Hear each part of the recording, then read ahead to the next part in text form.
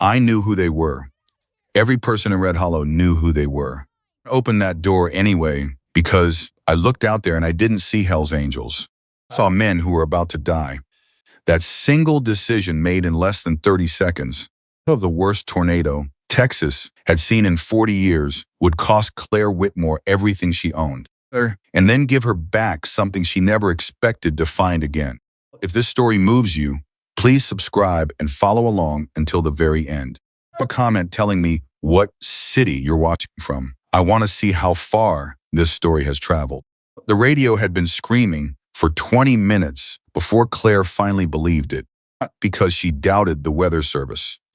She had lived in Red Hollow her entire life, and she knew better than most people what the sky looked like when it was serious. She had grown up watching her father stand on the porch of the repair shop, arms folded, squinting at the horizon with the kind of quiet respect that people who work outside develop for weather that can kill them. She had learned to read clouds the way other people read faces. This was different. The voice coming out of the emergency radio on the counter of Whitmore's Auto and Repair was not the calm, measured tone of a routine severe thunderstorm warning. It's controlled in the way that people sound when they are trying very hard not to sound afraid. A firm tornado on the ground, moving northeast at approximately 58 miles per hour, with winds estimated at 210 miles per hour near the center of rotation. This is an extremely dangerous, potentially historic storm. If you are in the path of this system, seek shelter immediately. Attempt to outrun this tornado by vehicle. Seek shelter immediately. Claire turned off the radio. She didn't need to hear any more. She moved through the shop the way she always moved when something needed to be done with purpose, wasted motion. Her late father had taught her that. You panic, you slow down, he used to say. You slow down. You make mistakes. You make mistakes, you get hurt. Stay focused, one thing at a time. She grabbed the emergency kit from under the counter. Flashlight, first aid supplies, 2 bottles of water, airproof box with the important papers, insurance documents, the deed to the property, a photograph of her wedding day that she never looked at directly but couldn't leave behind. About her husband for exactly 3 seconds. Daniel, the shelter in the backyard, was the last thing he ever built. He had dug it out himself over the course of a summer, 2 years before the accident that took him. He had joked that she would never need it. The Red Hollow got wind, but never anything serious. He built it anyway, reinforced the walls himself, and a proper ventilation system, stocked it with enough supplies to last 72 hours. Well, Brody, humor me, he had said when she teased him about it. Claire never once stepped inside it after he died, not because she was afraid of the structure, but because of what it reminded her of. The care in it, the love that had gone into every bolt and beam. She was going to have to go in there tonight. She gathered her things. She moved toward the back door of the shop. She reached for the handle. And that was when she heard the motorcycles. Not 1 or 2. The sound of a single bike cutting through the wind. Something larger, something collective, a rumble that pushed through the rising storm sound and registered in her chest before it reached her ears.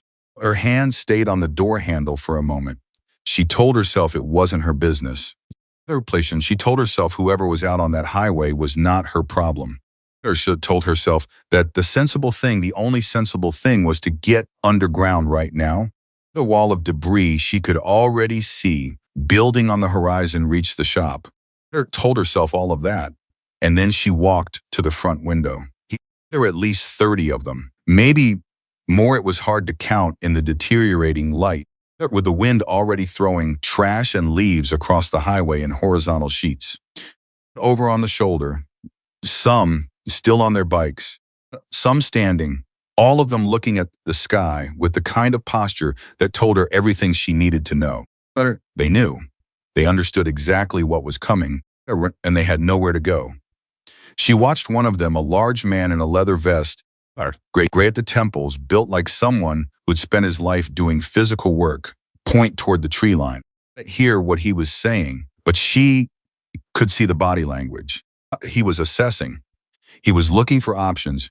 He was finding none. Another man, younger, maybe mid-20s, sitting on the ground beside his bike. His left arm was held at a wrong angle. Even from across the distance, even through the glass, she could see the way he was holding himself. Carefully, like someone trying not to move something that hurt badly enough to make them pass out. She knew that posture too. She had learned it in the worst possible way. She pushed open the front door of the shop. The wind hit her like a physical thing, like something with intentions. It grabbed at her jacket, her hair, her breath. She had to lean into it to walk, and even then it wanted to push her sideways. The temperature had dropped 15 degrees in the last 30 minutes. The air smelled like electricity and soil, and something she had no name for the particular smell of a storm that meant serious business. Her hands around her mouth, and she yelled. Oh, none of them heard her. The wind swallowed the word before it got 3 feet. And again, louder. Hey! The large man, the one who had been pointing toward the trees, turned around. Eyes met across the distance. She saw his expression change, not from hostile to friendly, not from dangerous to safe. Something more complicated than that. He went from assessment mode, scanning the environment for threats and options, to a new kind of attention. Focused, trying to understand what he was seeing. Claire made a decision. She stepped off the porch. She walked directly toward him, into the wind, with her hair whipping across her face and her heart hitting her ribs at a pace that had nothing to do with the weather. When she got close enough to be heard, she said, not yelled, others said, with the flat calm of her father's voice in her muscle memory, I have a storm shelter in the back. Underground, it fits about 30 people, if you don't mind being close. Maybe 4 minutes before, you don't have a choice anymore. The man stared at her. He was probably 50 years old, maybe a little older.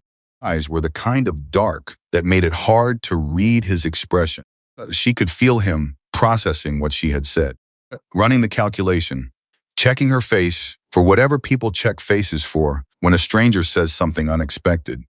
You know who we are, he asked. The question surprised her, not because it was rude, because it was honest, because he was not pretending that his cut the leather vest with the patches that even Claire, who paid very little attention to motorcycle clubs, identify on sight, was invisible. I know who you are, she said, offering us your shelter. I'm offering you a chance to not die in a ditch, she said. Claire, what you do with it is up to you, but you've got about 3.5 minutes now. Another beat of silence. Then the man turned around, and what he did next made Claire understand, for the first time, what she was actually looking at. He didn't ask anyone. He didn't take a vote. He just moved with a speed and authority that cut through the chaos like a knife, and he started directing people. His voice carried over the wind in a way that her voice couldn't, not because he was louder, but because every single person in that group was already listening for it, already oriented toward him, already waiting for the signal. Let's move. Bikes down, brothers on their feet. Ryan, you're with me. Let's go. They moved like a single organism. Claire had never seen anything like it. She had spent her adult life around mechanics and farmers and the kind of quiet, practical men who worked with their hands, and she thought she understood what a team looked like. But this was something else. 27 men snapping into motion simultaneously, without argument, without confusion, without the kind of hesitation that she would have expected from a group that had been standing in shock 30 seconds ago. Two of them picked up the young man with the injured arm, Ryan. The large man had called him without being told. They positioned themselves on either side of him and moved in a way that kept his arm from swinging. And, professional almost. Claire turned and ran back to the shelter. Behind her, she heard the sound of boots hitting the ground in a rhythm that felt absurdly like music. She reached the shelter door, a heavy steel rectangle set flush with the ground, painted the same green as the dead grass around it, and hauled it open. The stairs descended into darkness. She clicked on her flashlight and stood to the side. She said, as the first of them reached her. Go way to the back. Make room. They filed past her, one after another. Some of them looked at her. Some of them didn't. One older man, probably 60, a beard that had gone completely white, paused on the stairs just long enough to meet her eyes and say, quietly, "Thank you, ma'am." She nodded. She kept counting. 12, 13, 14. The large man, the leader, came through with Ryan between himself and another man, and they maneuvered the young man down the stairs with extraordinary care, talking to him the whole time in low voices. 25, 6, 27. Claire went down last. She pulled the door shut behind her and threw the latch. For a single moment, there was near silence, the sound of 28 people breathing in an enclosed space, flashlight throwing long shadows across concrete walls, of motor oil and rain and leather, and the particular human smell of people who were afraid but not showing it. Then the tornado hit. There is no good way to describe what a tornado sounds like from underground. People try. They say it sounds like a freight train, oddity, which is true in the same way that saying a hurricane looks like some rain is true.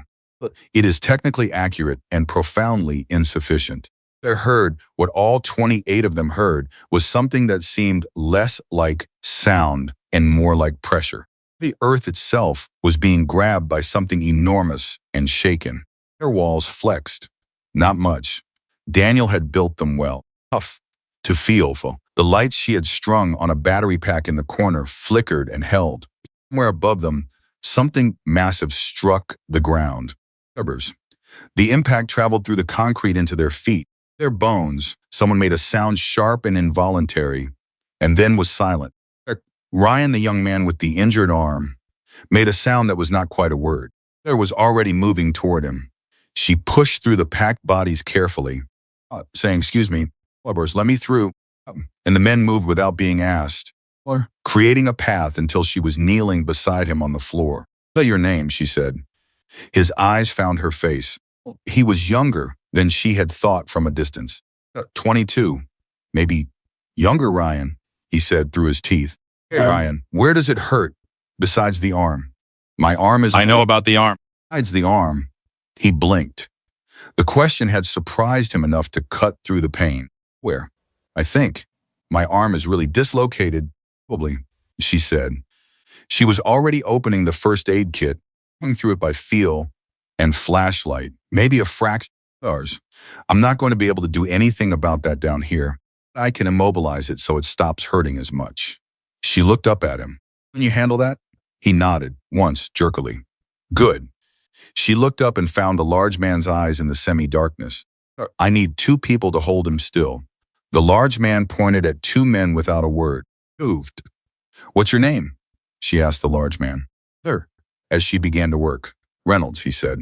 "Michael Reynolds." "Me." "Hawk. Claire Whitmore," she said. She was using a portion of her flannel shirt. She had torn it with her teeth before anyone could offer help as a makeshift splint, tied with the rigid piece of cardboard from the back of her first aid kit. Her hands were steady. She had learned basic first aid, the same place she had learned everything useful from her father. That being far from a hospital meant being responsible for knowing what to do until you could get to one. "You're good at that," Hawk said. "My father was a mechanic for 30 years, she said. Himself at least twice a year. I learned." She tied off the improvised sling. "This is going to hold until we can get him looked at properly. He needs a hospital as soon as we can get him there." Ryan let out a long breath. "That's a lot better," he said, with something like wonder in his voice. "Don't move it," she said. "Tell me if you feel numbness or tingling." She sat back on her heels and looked around. 27 men in a space designed for about 20. Every inch of available floor was occupied. Some were sitting, some standing, some crouched. A few were talking quietly. Most were just waiting, listening to the sound of the world being destroyed above them. The crouched down so he was eye level with her. "Why?" he said. It was the most stripped down version of the question she had been expecting. "Why didn't you just go in alone?" Not "why would you do that for us?" Just why. She thought about it for a moment. "There was a boy out there who could barely hold himself up," she said. "A storm that was going to kill all of you." She shrugged. The way her father used to shrug when someone thanked him for something he considered obvious. "I had the shelter. You needed the shelter. That's the whole math." Hawk studied her face. You knew who we were, he said again. It wasn't a question this time. It was something else, like he was still processing it. Reputation didn't quite balance. My father used to say something, Claire said.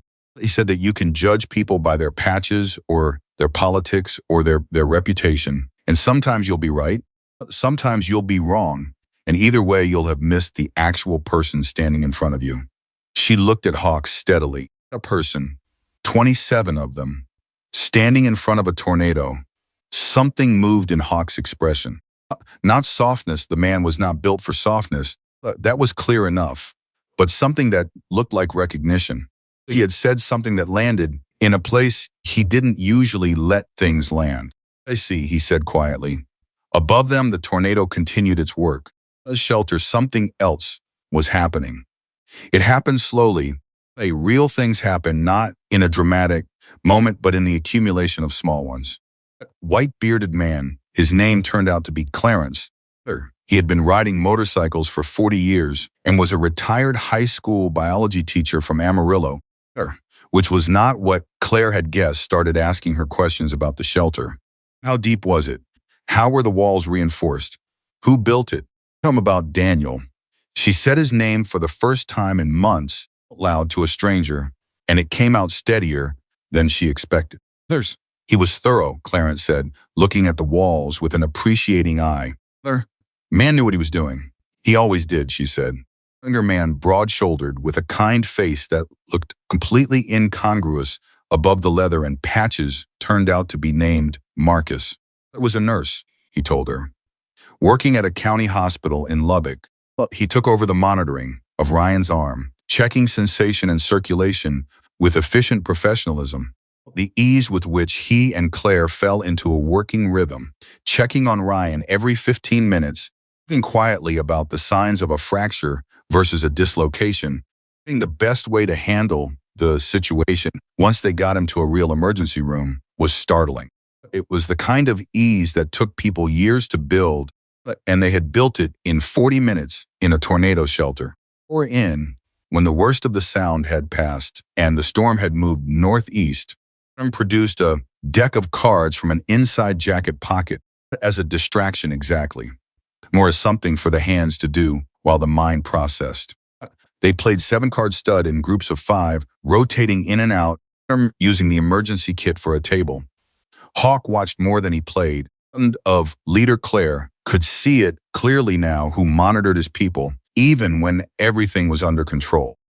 Especially then, actually, making sure everyone was okay, not because anything was wrong. His making sure was simply what he did.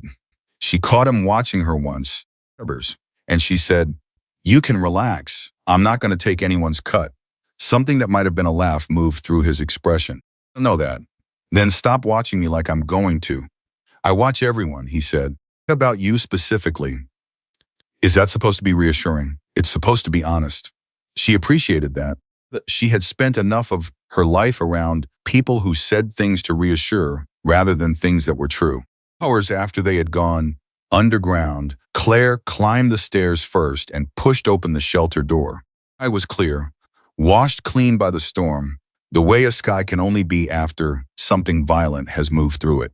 Stars had appeared, which seemed almost offensive, like the universe was pretending nothing had happened.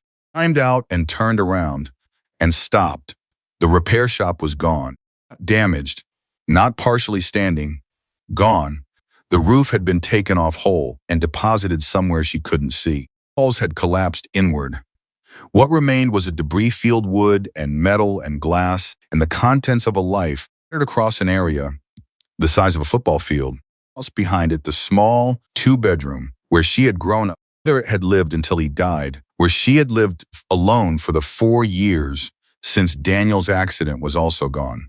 The oak tree her father had planted the year she was born had been torn out of the ground and deposited on top of what remained of the garage. It lay on its side with its roots exposed, like something private made suddenly visible. She stood very still. Behind her, 27 men climbed out of the shelter, one by one, and stood in a rough semicircle, looking at what the storm had left behind. There was no sound from any of them. Voices, not the creak of leather, nothing.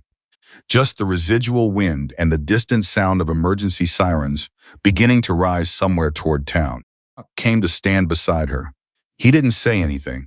He just stood there, slightly behind her and to her left, the way someone stands when they are making themselves available without intruding. She appreciated that too. After a long moment, she said, "Psst." Well, and then she stopped because she didn't know what came after that. "And stay," Hawk said, "as long as you need. You have people to get back to," she said. "We'll stay, as long as I say stay," he said. A question. She turned to look at him then. He was looking at the ruins of her repair shop with an expression that she was still learning to read, the way she had started trying to read his face in the last 2 hours. The way you start reading a face when you've been through something with a person. "Hi," she said, returning the question he had asked her. Her eyes. "You had a shelter," he said. "We needed a shelter." That's the whole math. She understood then that he had been listening carefully to everything she said. They looked back at the ruins. "Everything my family built," she said. Her voice was even. She was working to keep it even. "They built this shop before I was born. My husband built that shelter." She paused. "The papers, the deed, the insurance documents." She held up the waterproof box in her hand, had carried it out without thinking. "I've got whatever is in here." "That's something," Hawk said. "There? Is it?" "It's a foundation," he said. "You can build on a foundation." She looked at him for a moment. "Hikers get philosophical often." "I'm 53 years old," he said. "I've buried 6 brothers. You get philosophical whether you plan to or not." She nodded, doubled back at the ruins of everything she had. And she made a decision, not out loud, not announced, that she was not going to cry. Well, tonight. Not in front of 27 strangers who had just been through something terrifying and needed to see that the woman who had gotten them through it was still standing. "There? Maybe. Not tonight. I need to call the county emergency line," she said. Theirs was back, flat and functional. Her father's voice, as close as she could get to it. "I need to check on my neighbors. Callaway Place is half a mile east. The Callaways are older. I need to make sure they're okay.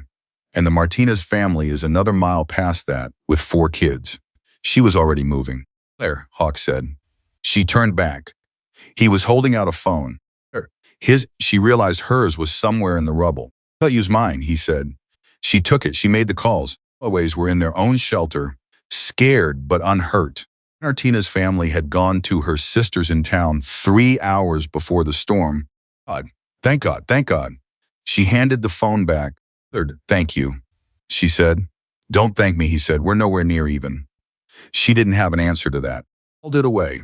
Around her, without being asked, without a single word of instruction from Hawk, the 27 riders had begun moving through the debris field with flashlights, randomly, systematically, clearing a path, checking for anything that needed immediate attention: a gas line, a structural hazard, anything that might cause additional damage before morning. Clarence, the retired biology teacher, found her father's toolbox under a collapsed workbench, completely intact. He carried it over to her with both hands. It was something valuable. "This yours?" he said. "Sure." She took it. It was. Her father's name was scratched into the side of it. Hers uneven because he had done it himself with a screwdriver when he was 19 years old and had just bought his first set of tools. "Oh," she said. "Don't thank me," he said, and smiled warm, unexpected, completely at odds with the white beard and the weather and the circumstances. "What do you do with it from here?" "That's the question." She looked at the toolbox in her hands. Then she looked at the debris field. Then she looked at the 27 men who had come out of the ground with her and were, at this moment, working their way through the wreckage of her life without being asked. "I figured out," she said. "One thing at a time." Clarence nodded. This was the correct answer. "Sounds about right," he said. In the distance, the emergency sirens continued to rise. Somewhere to the northeast, the tornado was finishing what it had started. By morning, the news would be calling it the worst natural disaster in the county's recorded history. Garbage path would measure 43 miles. Hundreds of homes and businesses would be destroyed. Dozens of people would be injured. And in Red Hollow, Texas in a debris field that used to be a repair shop and a home and a life. Mom stood holding her father's toolbox, surrounded by 27 bikers who had nowhere to be but here. That was the night that everything began, not ended, but began. Because the tornado, the worst one in 40 years, had done what tornadoes do. It had torn away everything that wasn't permanent. Everything that could be destroyed, it had destroyed. What was left was harder to see. What was left was the shelter Daniel built. The box her father scratched his name into at 19. There's the papers that proved the land was hers and 27 men who were already treating the question of what came next as a problem they were all going to solve together. Claire Whitmore had lived alone in Red Hollow for 4 years since her husband died. She had run the shop alone. She had kept the books alone. She had made every decision alone and paid every bill alone and gone to bed alone and gotten up alone and done it again. She had been proud of that. She had also been exhausted by it, though she would not have said so to anyone. Standing in the wreckage, something shifted inside her. Not relief, not quite. Something more complicated. Something that acknowledged apology, that being surrounded by people who intended to help was not weakness. It was just different from what she had had, which she supposed was the thing of storms. They took what you had. Sometimes, not always, not usually, but sometimes they left something in its place that you hadn't thought to want. She didn't know yet what that was going to look like. She was going to find out, one thing at a time. The insurance papers in that waterproof box would, 6 weeks later, become the first piece of evidence in she hadn't seen coming, a fight that would turn out to be far more dangerous than any tornado. But that night, standing in the wreckage with flashlights moving through the dark all around her, Claire Whitmore did not know that yet. She only knew what she could see. 27 men who had survived because she opened a door, a piece of land that was still hers. For now. The morning after the tornado, Whitmore woke up on a cot inside the Red Hollow Baptist Church emergency shelter and spent exactly 4 seconds not remembering what had happened. 4 seconds of ordinary morning blankness, the kind where the brain hasn't caught up with reality yet.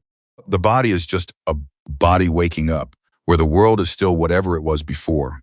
It came back, all of it, in one piece, like a wall falling. She sat up.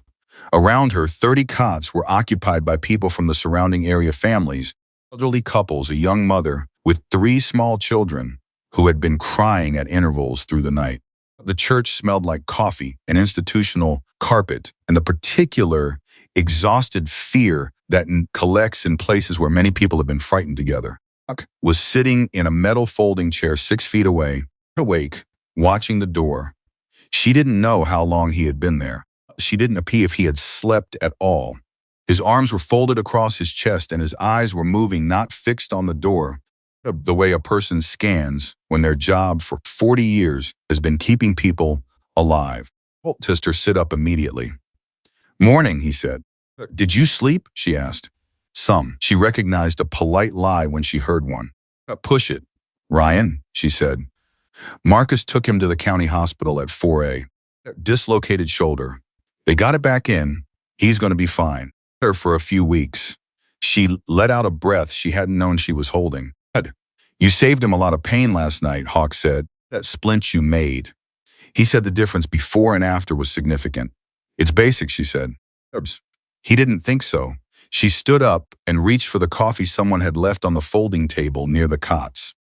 It was cold, but she drank it anyway. She needed the caffeine more than she needed the temperature.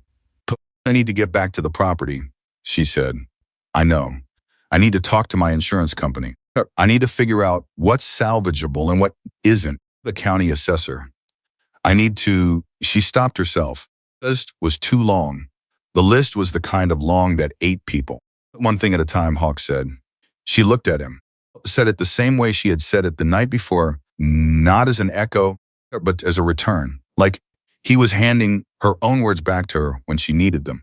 "Right," she said. "One thing at a time." She found out over the next 3 hours that one thing at a time was harder than it sounded. The roads were still partially blocked with debris. Of the main highway arteries connecting Red Hollow to the larger county seat were completely impassable. Emergency management was operating out of a command center set up in the high school gymnasium, cornered offices, and the line of people waiting to file initial damage reports stretched out the gymnasium doors and around the side of the building. Stood in that line for 2 hours. She stood with a clipboard that someone had given her at the front, forms in the handwriting of someone who was functioning on 3 hours of sleep and cold coffee, and the particular determination that has no name except not yet. Not yet meaning not falling apart yet. Not yet meaning there is still something that needs doing, so fall apart later. Huck stood behind her in the line. She told him twice that he didn't have to. He ignored her both times, not rudely, just the way someone ignores a statement that they've already processed and decided not to act on. Several of the other riders were deployed elsewhere by the time morning came. Huck had organized them the way he seemed to organize everything efficiently. Drama, with clear instructions. Some had gone back to help search the debris fields in the residential areas east of town. Had gone to check on the Martinez family because Claire had mentioned the 4 kids. Some were handling the logistics of getting the group's bikes, most of which had survived, having been pulled away from the worst of the wind's path, organized and ready for when the roads opened. Marcus had gone with Ryan to the hospital and stayed.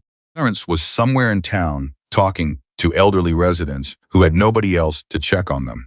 Claire found this out in pieces from different people over the course of the morning, and each piece landed with a particular weight, not surprise exactly, something adjacent to it, the ongoing discovery that the men she had let into Daniel's shelter were not the men that Red Hollow had always assumed they were. When she finally reached the front of the line and gave her name to the young woman at the emergency management desk, the woman looked at her form, looked at her address, and then looked up with an expression that was trying very hard to be professional and not quite managing it. "Oh, and repair?" she said. "Yes." "The shop on Route 9. Yes." The young woman typed something at her screen. That's a total loss. "There, ma'am. Our initial aerial assessment puts it in the highest damage category." "I know," Claire said. "It was there." The young woman nodded, typing. "Do you have your insurance information?" "I have everything." Claire put the waterproof box on the counter. "Policy number, deed, everything. Okay." We're typing. Pause. "Then your agent of record is Caldwell Insurance Group?" "No," Claire said. "Insurer is Central States Property and Casualty. I've been with them for 11 years. Right. And your local agent, the one who filed the policy that's registered through Caldwell Insurance Group as a third-party broker." Claire absorbed this. She didn't know what it meant yet. She filed it. "Is there something I should know about that?" she asked. The woman looked at her screen. Something moved behind her eyes, a flicker of something that she quickly reorganized into professional neutrality. "No, ma'am. I'm just noting the information. Someone from Central States will be in contact within 48 to 72 hours to schedule an adjuster visit." Claire took her paperwork and stepped away from the desk. Huck was waiting. "What?" he said, reading her face. "Nothing," she said. "I don't know yet. Probably nothing." But she kept hearing the name. Caldwell Insurance Group. Caldwell. Something about it was sitting wrong with her. A word you've forgotten. The meaning of. Sits wrong present. Insistent, not yet legible. She remembered it by that afternoon. She was standing in the debris field of her property finally. Roads had cleared enough by noon, picking through what remained of the shop's storage room. They're looking for her father's backup financial records, which she knew had been kept in a fireproof box under the filing cabinet. Huck was on the far side of the field. 2 other riders were working near what had been the garage structure, the fireproof box. She pried it open with a piece of rebar that had once been part of the shop's wall framing. Inside, damp but legible, were the records. She was flipping through them when she found the original insurance policy documentation. Listed was Caldwell Property and Insurance Services, and the adjusting firm listed for major claims was Caldwell Loss and Assessment, LLC, same name. 2 different entities, both of them stood between her and her claim. She stood very still in the middle of the debris field, holding a piece of paper that was starting to feel heavier than paper should. Hey, she called. Hawk looked up from across the field. There, can you come here for a second? He crossed the debris field with the same unhurried efficiency he brought to everything. He didn't ask what was wrong. He just stopped beside her and looked at what she was holding. She explained what she had found. The broker, the adjusting firm, there's the same name on both. She laid it out precisely the way her father had taught her to explain a mechanical problem. Start with what you know, then state what doesn't add up, then ask the question. Legal? She asked at the end. Hawk was quiet for a moment. Oh, he said. But I know who to ask. He pulled out his phone. Contact in Dallas. Attorney. Corporate law, mostly, but he understands these structures. He was already dialing. It's a phone call, he said. Let me make a phone call. She watched him turn away slightly and speak in the low, correct way she had already associated with him. No wasted words, no preamble, just the information exactly as needed. Pieces of it. The name Caldwell, the phrase conflict of interest, the phrase vertical integration, the phrase this is a storm disaster situation, probably other victims. He hung up. Okay, he said. His name is David Park. He's going to make some calls. He said what you're describing isn't necessarily illegal depending on the state's broker regulations. Combination of the broker relationship and the adjusting relationship in a high-volume disaster situation creates the conditions for serious problems. He paused. He used the phrase predatory structure. Claire looked at the paper in her hand. How many other people in this county have insurance through a Caldwell-connected broker? She said. A question she expected Hawk to be able to answer. She was thinking out loud, but Hawk was already looking at his phone again. He said, is a very good question. She didn't know. Afternoon, standing in the ruins of her repair shop, the answer to that question was going to be the center of everything that came next. She didn't know that the name Caldwell was about to become the most important word in her vocabulary. She didn't know that the tornado, as terrible as it had been, was going to turn out to be the smaller problem. What she knew, afternoon, property was still hers. Work was in her hand. The ground under her feet was still ground, and she was not standing on it alone.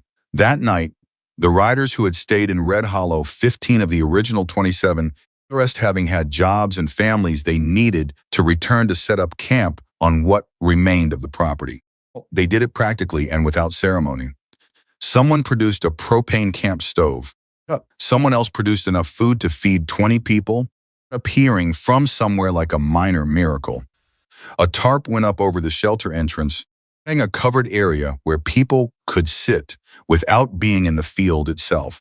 Claire sat on the edge of what had been her front porch, a concrete slab, exposed and bare, that her father had poured the summer she turned 12, and watched them move around each other with the ease of people who had been doing exactly this for many years. Parents came and sat beside her.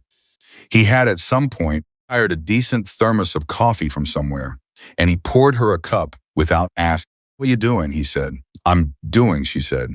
That's an answer. It's the best one I've got right now. He nodded.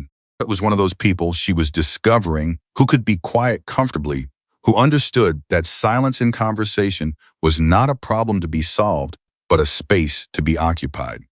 She found it restful. She had spent too much of the last 2 days surrounded by the particular well-intentioned noise that people make when they don't know what to say but feel required to say something. At school for how long? She said eventually. 21 years, he said. Biology. 9th through 11th grade.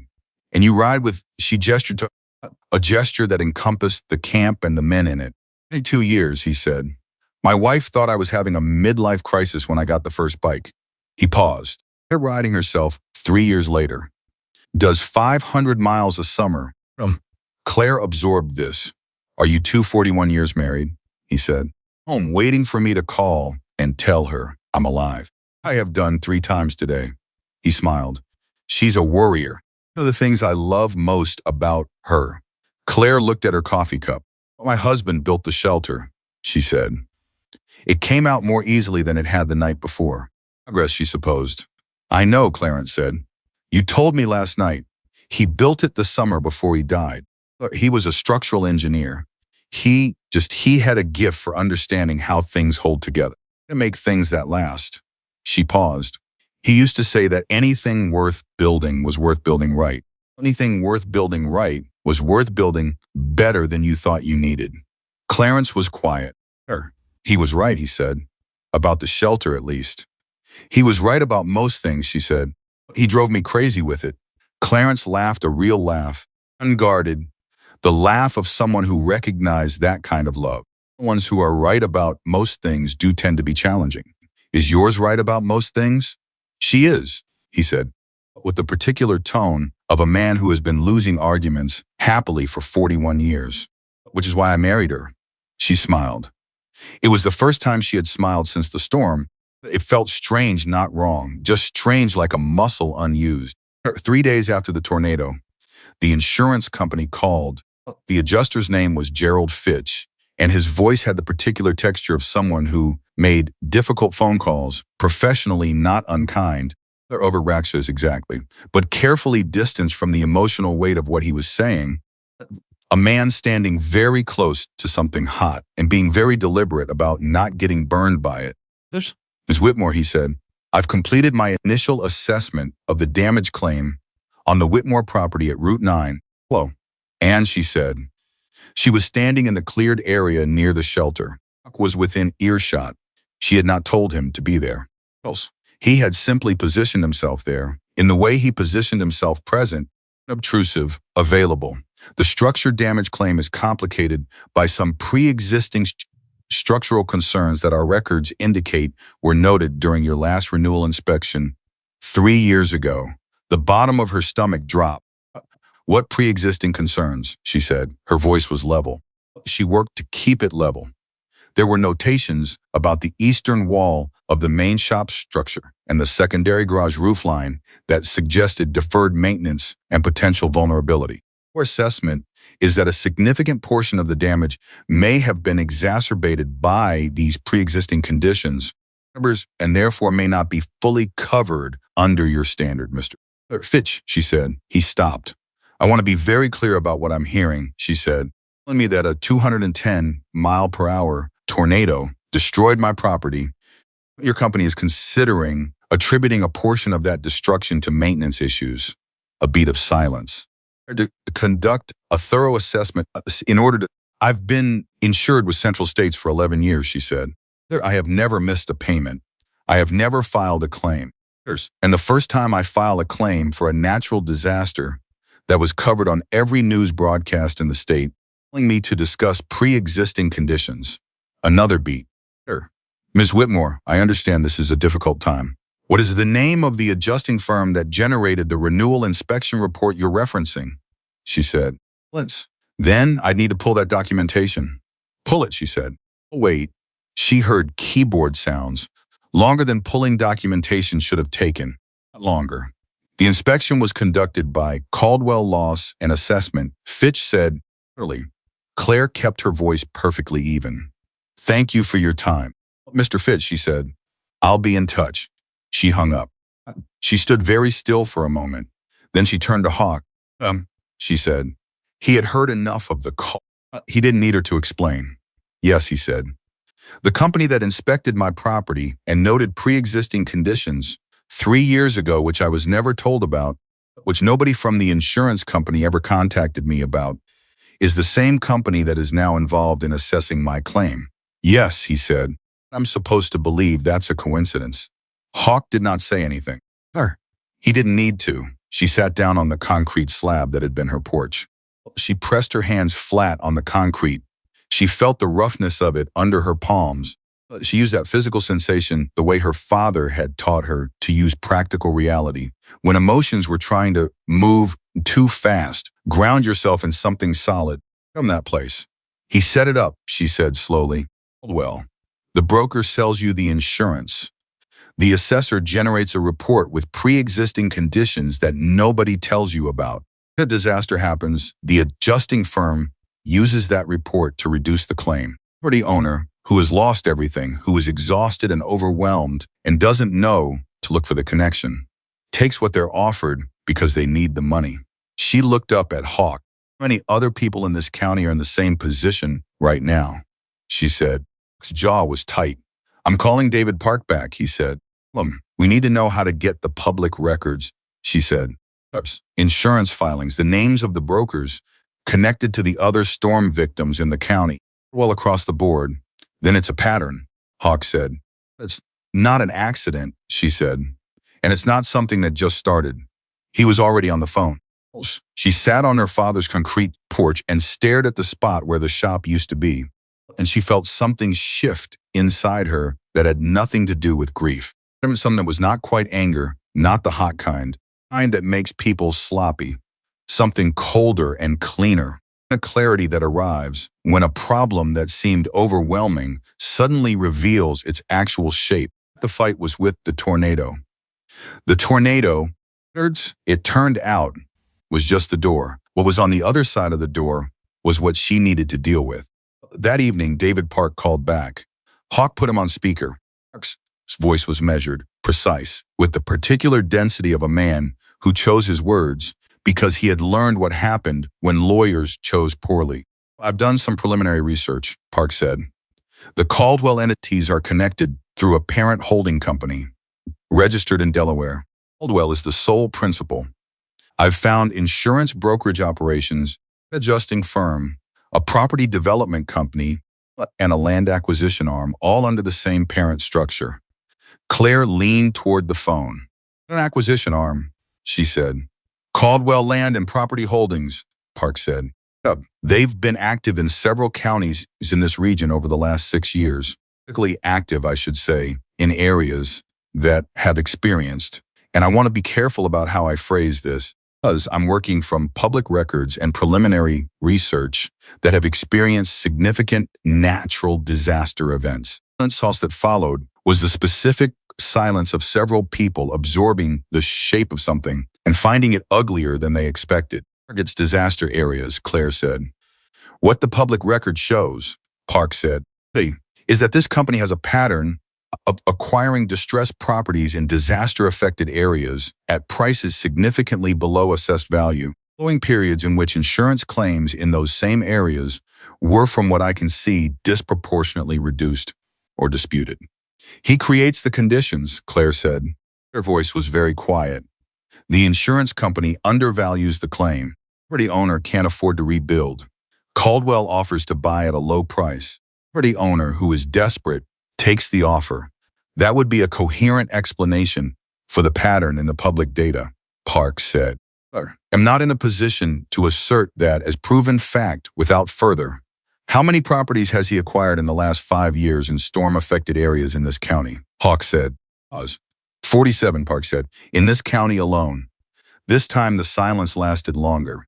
47 families, 47 properties, 47 sets of people who had lost everything and then lost again, and never knew that the two losses were connected. Claire thought about the young emergency management staffer whose face had done something quickly controlled when she read the name called Caldwell off Claire's insurance file.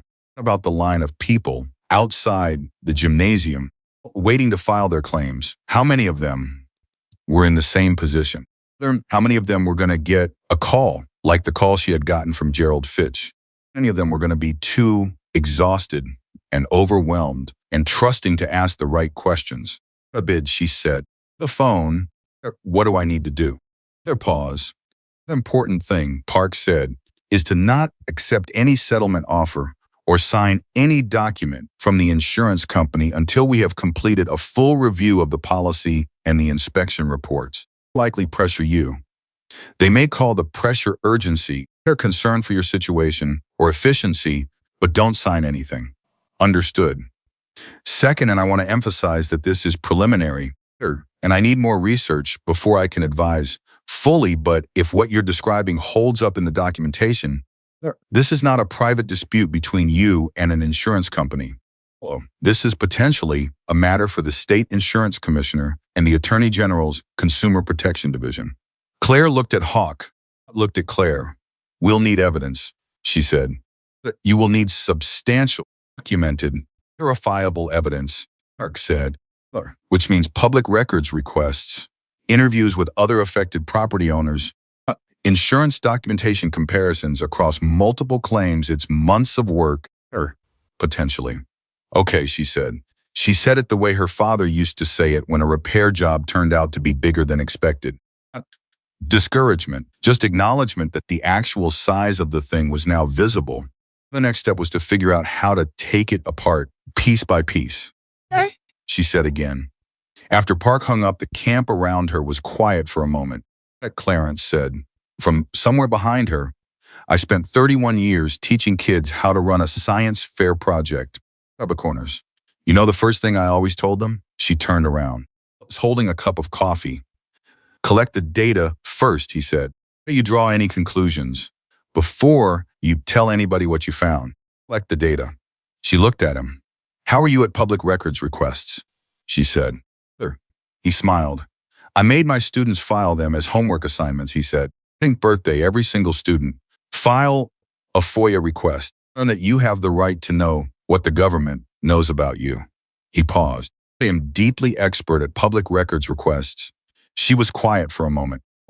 Then, I need every insurance broker registration connected to the Caldwell name in this state, she said. And property transfer in storm-affected zones in the last 10 years. Every connection I can legally document between the brokerage, the adjusting firm, and the land company. That's a lot of data, he said. Oh, good thing I'm retired, he said. I have time. She almost laughed. Almost. Clarence, she said. Ma'am, why are you doing this? He looked at her steadily. The question she realized was the same question she kept asking, the same question Hawk had asked her at tornado shelter with the storm raging above them. Hi. And the answer she was beginning to understand, always the same answer, just wrapped differently each time. As it's right, he said. And because I can, because if I don't, someone else suffers that didn't have to. He paused. Also, because I'm 63 years old and I have spent my entire adult life watching people with power take advantage of people without it, and I am, pardon my language, absolutely done with it. She nodded slowly. Okay, she said. She said it to the whole camp, not just to Clarence, who was back on the phone with Park, to the two riders by the camp stove who were listening without pretending not to. Under her feet, that was still, despite everything, hers. Okay. She was not going to take whatever they offered. Their rubbers. She was not going to sign what they put in front of her. Collect the data, and then she was going to figure out what to do with it. Tornado had taken her shop, her home, and the physical texture of the life her family had built. It had taken the porch, and the oak tree, and the garage, and the four walls that had held 40 years of memory, but it had not taken the land. And it had not taken the toolbox with her father's name scratched into the side. And it had not taken the shelter Daniel built. And stand in the camp that 15 bikers had made in her debris field, a retired school teacher, making notes on a legal pad, and a corporate attorney 3 states away, making calls on her behalf. Whitmore understood something she had not understood the night before. The night before, she had thought she was at the end of something. She was at the beginning, and the thing that was beginning was going to be much harder than the storm. She was not going to face it alone. That was new. She was discovering changed everything. The envelope arrived on a Tuesday, 7 days after the tornado. Claire was living out of the Baptist church shelter. At that point, she and about 40 other displaced residents of Red Hollow who had nowhere else to go. Church had been good about it. Pastor Ellison had opened every room he had, up a kitchen, operation that ran from 6 in the morning until 9 at night, clear without ever saying it directly that nobody was going to be asked to leave before they were ready. A folding chair, a plastic bin, with the things she had salvaged from the debris field, there's toolbox which she kept at the foot of her cot because she didn't trust it anywhere else. Huck had offered twice to put her up in a motel in the next town over. Declined both times.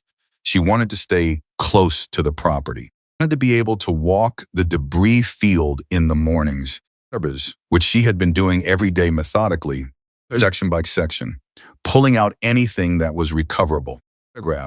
Her mother's china improbably intact in its cabinet, even though the cabinet itself was in three pieces. Some tools from the shop wall, scattered and dirty, but mostly functional. Leonard's inventory ledger her father had kept by hand for 30 years, they're damaged but legible. She was collecting the physical evidence of her life the same way Clarence was collecting the paper evidence of Caldwell's operation. Systematically, one thing at a time. The envelope was from Central States Property and Casualty. She opened it at the folding table in the church kitchen, of coffee at her elbow, and the morning, quiet still holding, for most of the other residents were up. The settlement offer was for $43,000. It twice. Then she sat very still for a moment, the way she sat still when something made her angry enough that she didn't trust what she would do if she moved. There had built the shop over 30 years. The property, the land, the structures, the equipment had been assessed 3 years ago at just over $340,000. Policy limit was $300,000. The tornado had destroyed everything above ground. Structures alone represented $180,000 of her claim before you even started on the equipment and inventory. $43,000 for everything. She folded the letter carefully, put it back in the envelope, and picked up her phone. Answered on the second ring. They offered $43,000, she said. Silence. For the whole claim, he said. Whole claim. Another beat. Longer. She could hear him processing it. And she knew him well enough by now. 11 days was long enough. And those days were what these days had been to understand what the silence meant. Not speechlessness. Assessment. He was calculating something. Respond, he said. Don't call them back. Don't write to them. Acknowledge receipt. I'm calling David Park right now. I already know I'm not accepting it, she said. I know you know. I'm telling you not to do anything at all. Acknowledgement restarts their timeline in a way that could complicate the legal picture. She had not known that. Held it. Hawk, she said. Yeah. $43,000 for $300,000 worth of loss. She kept her voice even. In a negotiating position. That's a message. Yes, he said. Telling me to take the number or fight them in court for years. Yes. And they're betting I can't afford the fight. That's what they're betting, he said. But they made one mistake. What's that? They don't know what we've been collecting, he said. Park, don't touch that letter. He hung up, put her phone down, and picked up her coffee and looked at the folding table and thought about her father. He had dealt with insurance companies twice in his professional life, once when a car fire in the shop damaged 3 vehicles simultaneously, once when a flash flood took out the back storage area. About times, he had sat at the kitchen table with the paperwork spread out in front of him, reading every word, making notes in the margins, asking questions until he understood every sentence. He never signed anything he didn't understand completely. He never accepted a first offer without verification. He never assumed that the other party was acting in his interest. People in a position to offer you less than you're worth will always try to, he had told her. Not personal. It's just math. Your job is to make sure they understand that your math is better than theirs. She picked up her pen and making notes. 3 hours later, she was still at that folding table when Clarence came in with a laptop and a legal pad covered in handwriting, popped into the chair across from her. Said, without preamble, of something. She looked up. His face had the particular expression she had learned to read over the past 11 days, not excitement. As Clarence was not an excitable man, but the focused brightness that came over him when data had assembled itself into a picture. She said, I filed public records requests with the State Insurance Commissioner's office, the assessor, and the Secretary of State's Business Registration Division, he said. The Commissioner's office was slowest. They took 6 days, but everything came back this morning. He opened the laptop. In this county, over the last 8 years, there are 63 property insurance policies where the broker of record is a Caldwell-affiliated entity. 63, she said. Those 63 policies, 41 of them cover properties that experienced significant storm damage in the last 5 years. Of those 41 claims, And this is where it gets significant. 37 were settled at amounts below 50% of assessed property value. She stared at him. Out of 41, she said.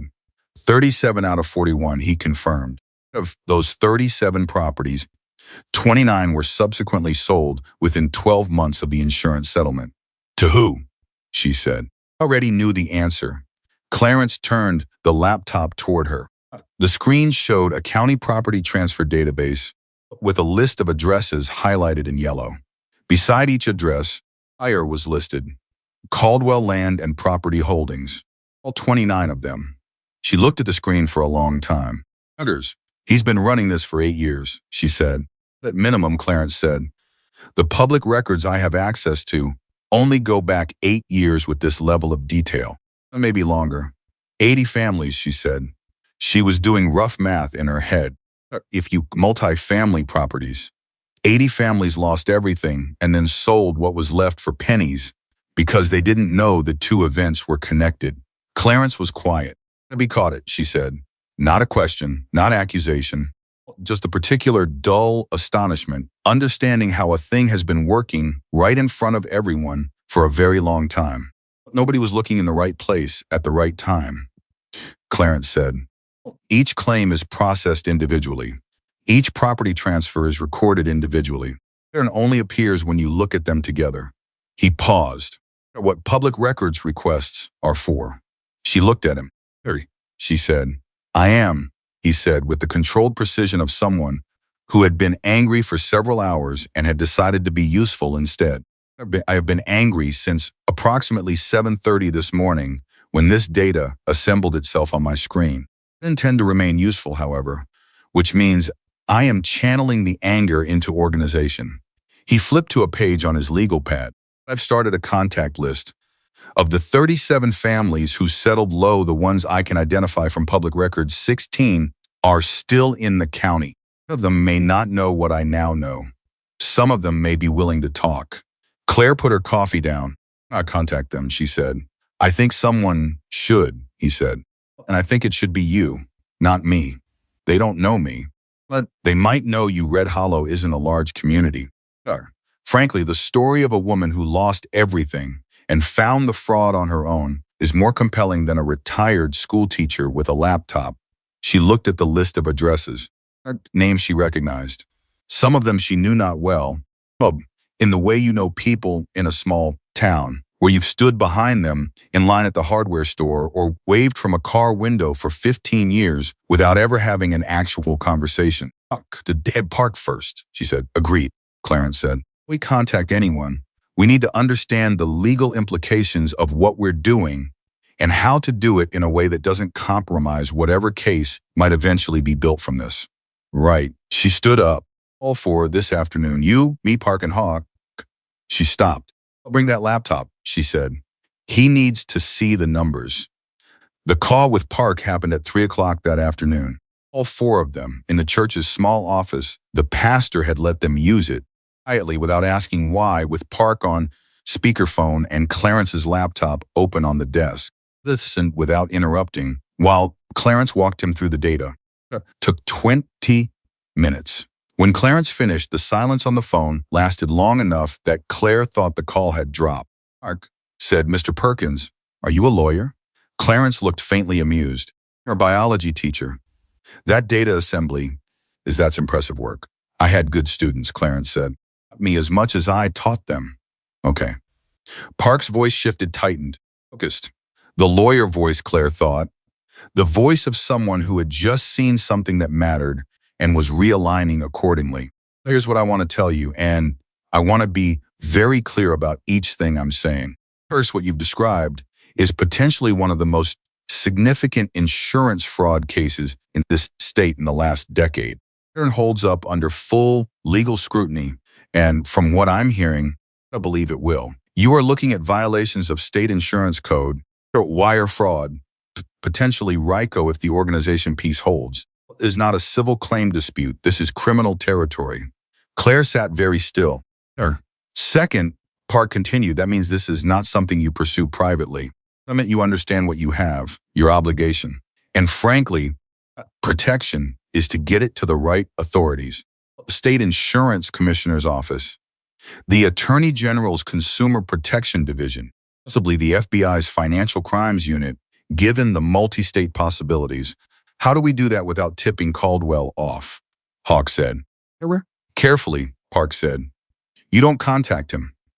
You don't contact the insurance company with anything other than the legally required minimum response to their settlement offer. I don't post anything publicly. You compile what you have, or you add any additional documentation you can gather through legitimate public records, means, and you deliver the package to the right people, simultaneously, not sequentially, so there's no opportunity for anyone to bury it before the right office sees it. And the families, Claire said, there are 37 who already settled. Can they reopen their claims? A pause. Eventually, Park said, if fraud is established, there are grounds for reopening settled claims.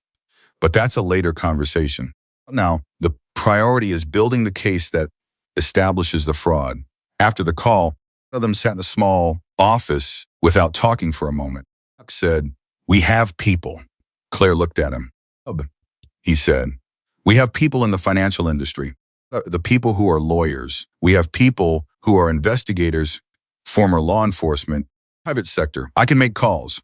Legal calls, she said immediately. No calls, he confirmed. Nobody is doing anything that isn't above board.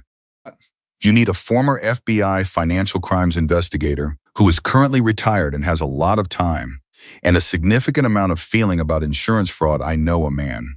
She looked at him for a long moment. She understood where she had to make a choice. About whether to fight, she had already made that choice. Standing in the debris field with Fitch's voice in her ear. About whether the fraud was real, the data Clarence had assembled made that clear enough. Whether to accept the help that was being offered. Full scope of it, the scope she had not anticipated when she made a 30-second decision in a tornado. It was one thing to let 27 men into a shelter. It was another to let them into a legal fight that had no guaranteed outcome. About what Park had said. Criminal territory. About 47 families. 80 people.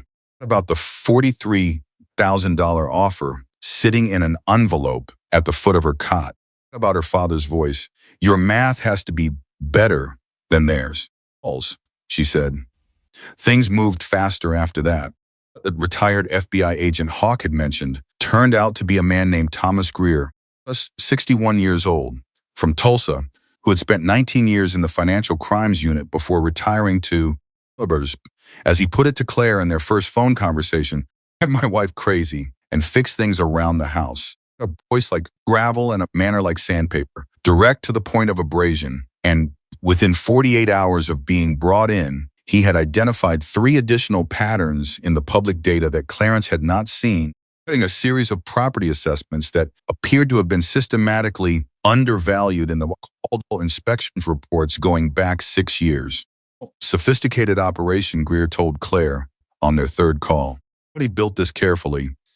It didn't start as fraud, or at least, it started with plausible deniability at every layer. Broker relationship is disclosed in the policy documents, technically, in language that most people don't read. The inspection reports note concerns in language that's vague enough to be defensible. Lowball offers come with a legal boilerplate explanation that sounds reasonable if you don't know what you're looking for. But put together, she said. It's a machine, Greer said. Somebody designed a machine for separating disaster victims from their property. The word machine stayed with her. Not chaos, not opportunism. A machine built piece by piece over years with the patience of someone who understood the most durable frauds are the ones that look at every individual point like normal business. She thought about all the people who had stood in that gymnasium line, filing their claims, trusting the process, not knowing that the process had been built to fail them.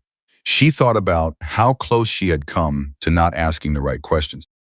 If the emergency management staffer had not done that small thing with her face that barely their reaction to the name Caldwell, had not been standing close enough to hear. If she had not been, by nature and by her father's raising, a person who filed things away instead of letting them go. First, she would have taken the $43,000. Well, she would have sold the land to the man who created the conditions that forced her to sell. And she would never have known. That thought settled in her chest and stayed there, cold and specific, and it fueled something that she was careful to keep controlled, because she had her father's voice in her head. You panic, slow down, you slow down, you make mistakes. She was not going to make mistakes. What she did not know, what none of them knew yet, was that Caldwell was watching. Out on a Thursday morning, 17 days after the tornado, when she walked out of the Baptist church to find a man she didn't recognize sitting in a car parked directly in front of the entrance. He was well-dressed, not Red Hollow well-dressed. That meant clean jeans and a decent shirt. This was suit and tie well-dressed, which in Red Hollow in the aftermath of a tornado was as conspicuous as a lighthouse. Out of the car when he saw her. "Ms. Whitmore?" he said. She stopped. "Depends on who's asking," she said. He produced a business card. She took it without looking at it. "My name is Edward Marsh. I represent Victor Caldwell. Mr. Caldwell would like to speak with you directly about your situation." She kept her face completely still. "My situation," she said. "Yes. He's aware of the settlement offer from Central States and he understands it may feel inadequate given the scope of your loss. He'd like to discuss a more comprehensive solution." She looked at him. He was maybe 40, with the careful blandness of someone whose job was to deliver messages without revealing that the messages had weight. Polished enough to be comfortable in a boardroom, but deployed here to a disaster zone in a suit which told her something about how Caldwell operated. A professional. Make it look like concern. "What kind of comprehensive solution?" she said. "Caldwell's company has significant experience with post-disaster property transitions," Marsh said. "Rich in is he'd be able to offer you a fair market purchase of the Route 9 property that would give you liquidity immediately, far more than the insurance settlement, without the uncertainty of a claims dispute process that could take years."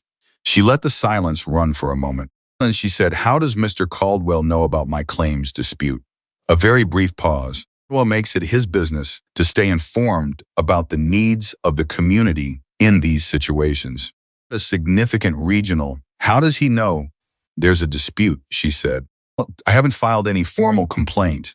I haven't made any public statement. The only communication I've had about the settlement offer was a phone call with the adjuster."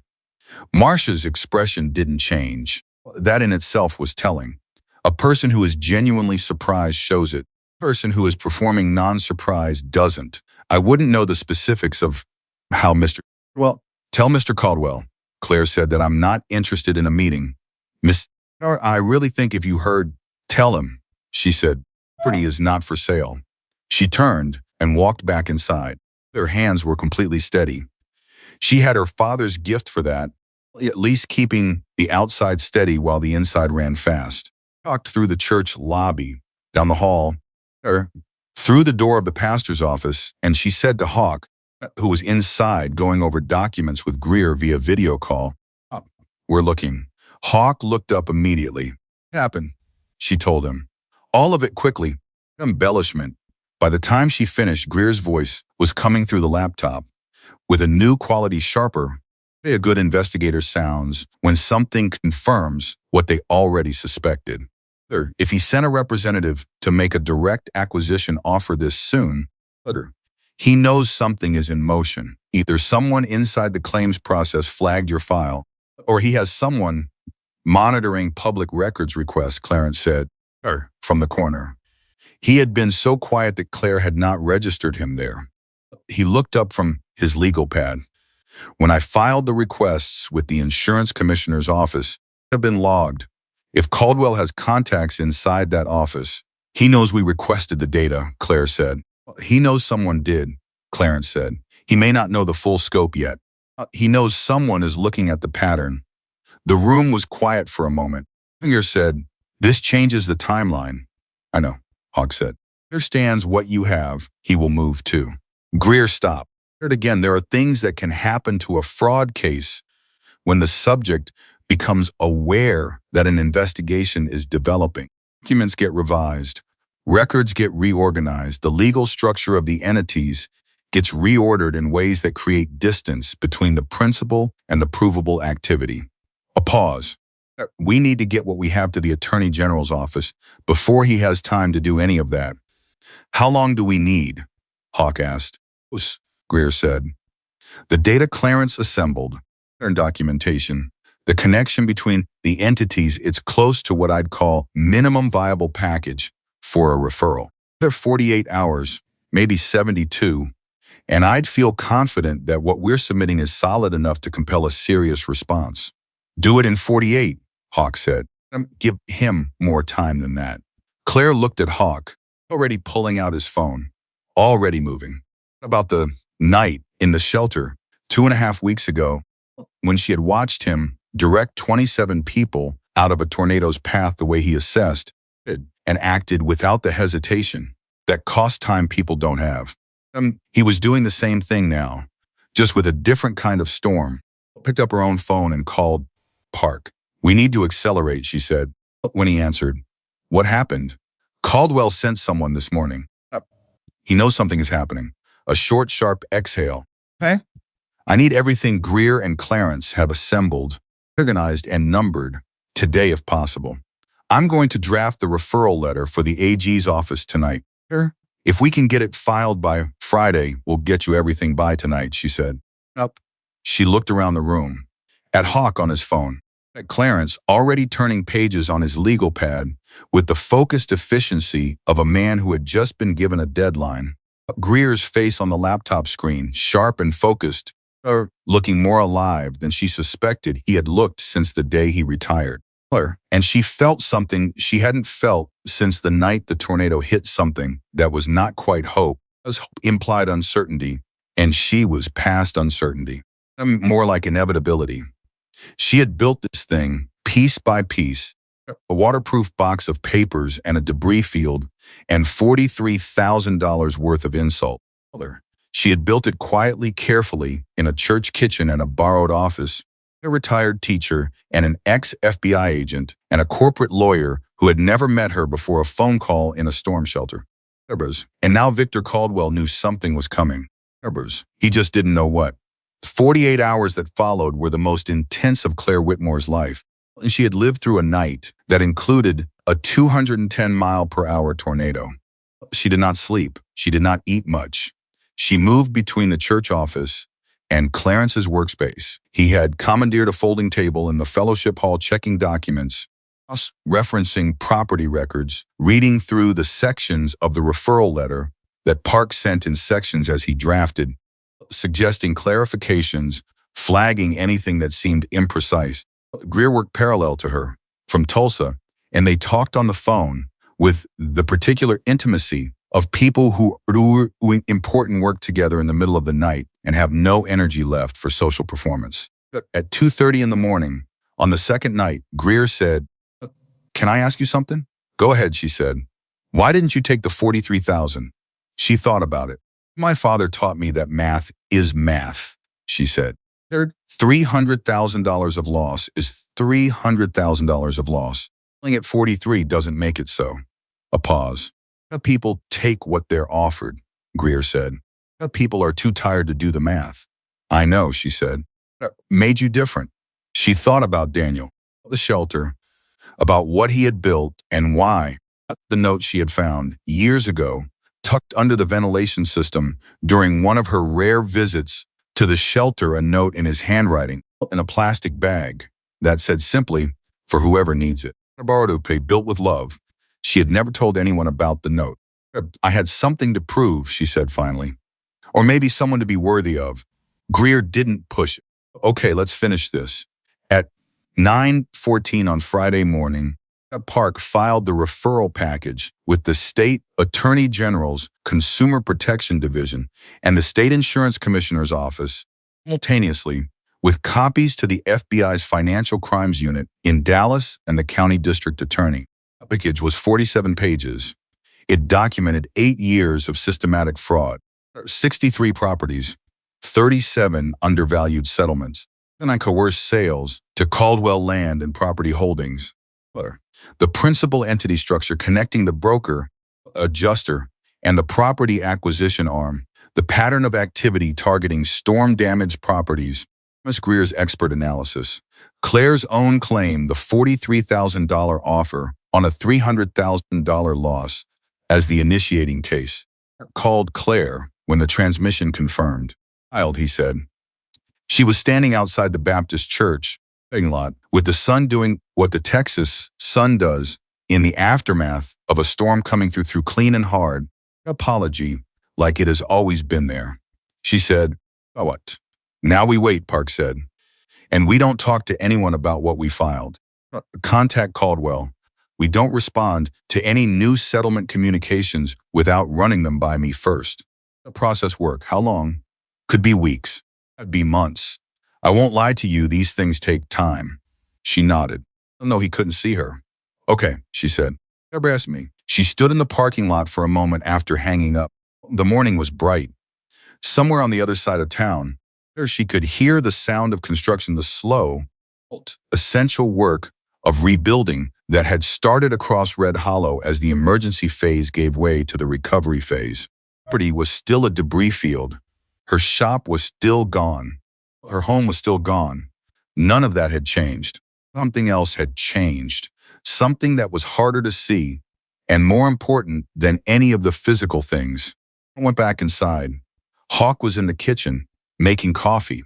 Real coffee, not the institutional kind he had acquired, a proper percolator from somewhere, which had become one of the small dignities of the last 17 days. The morning coffee that tasted like something you had chosen instead of something that just existed.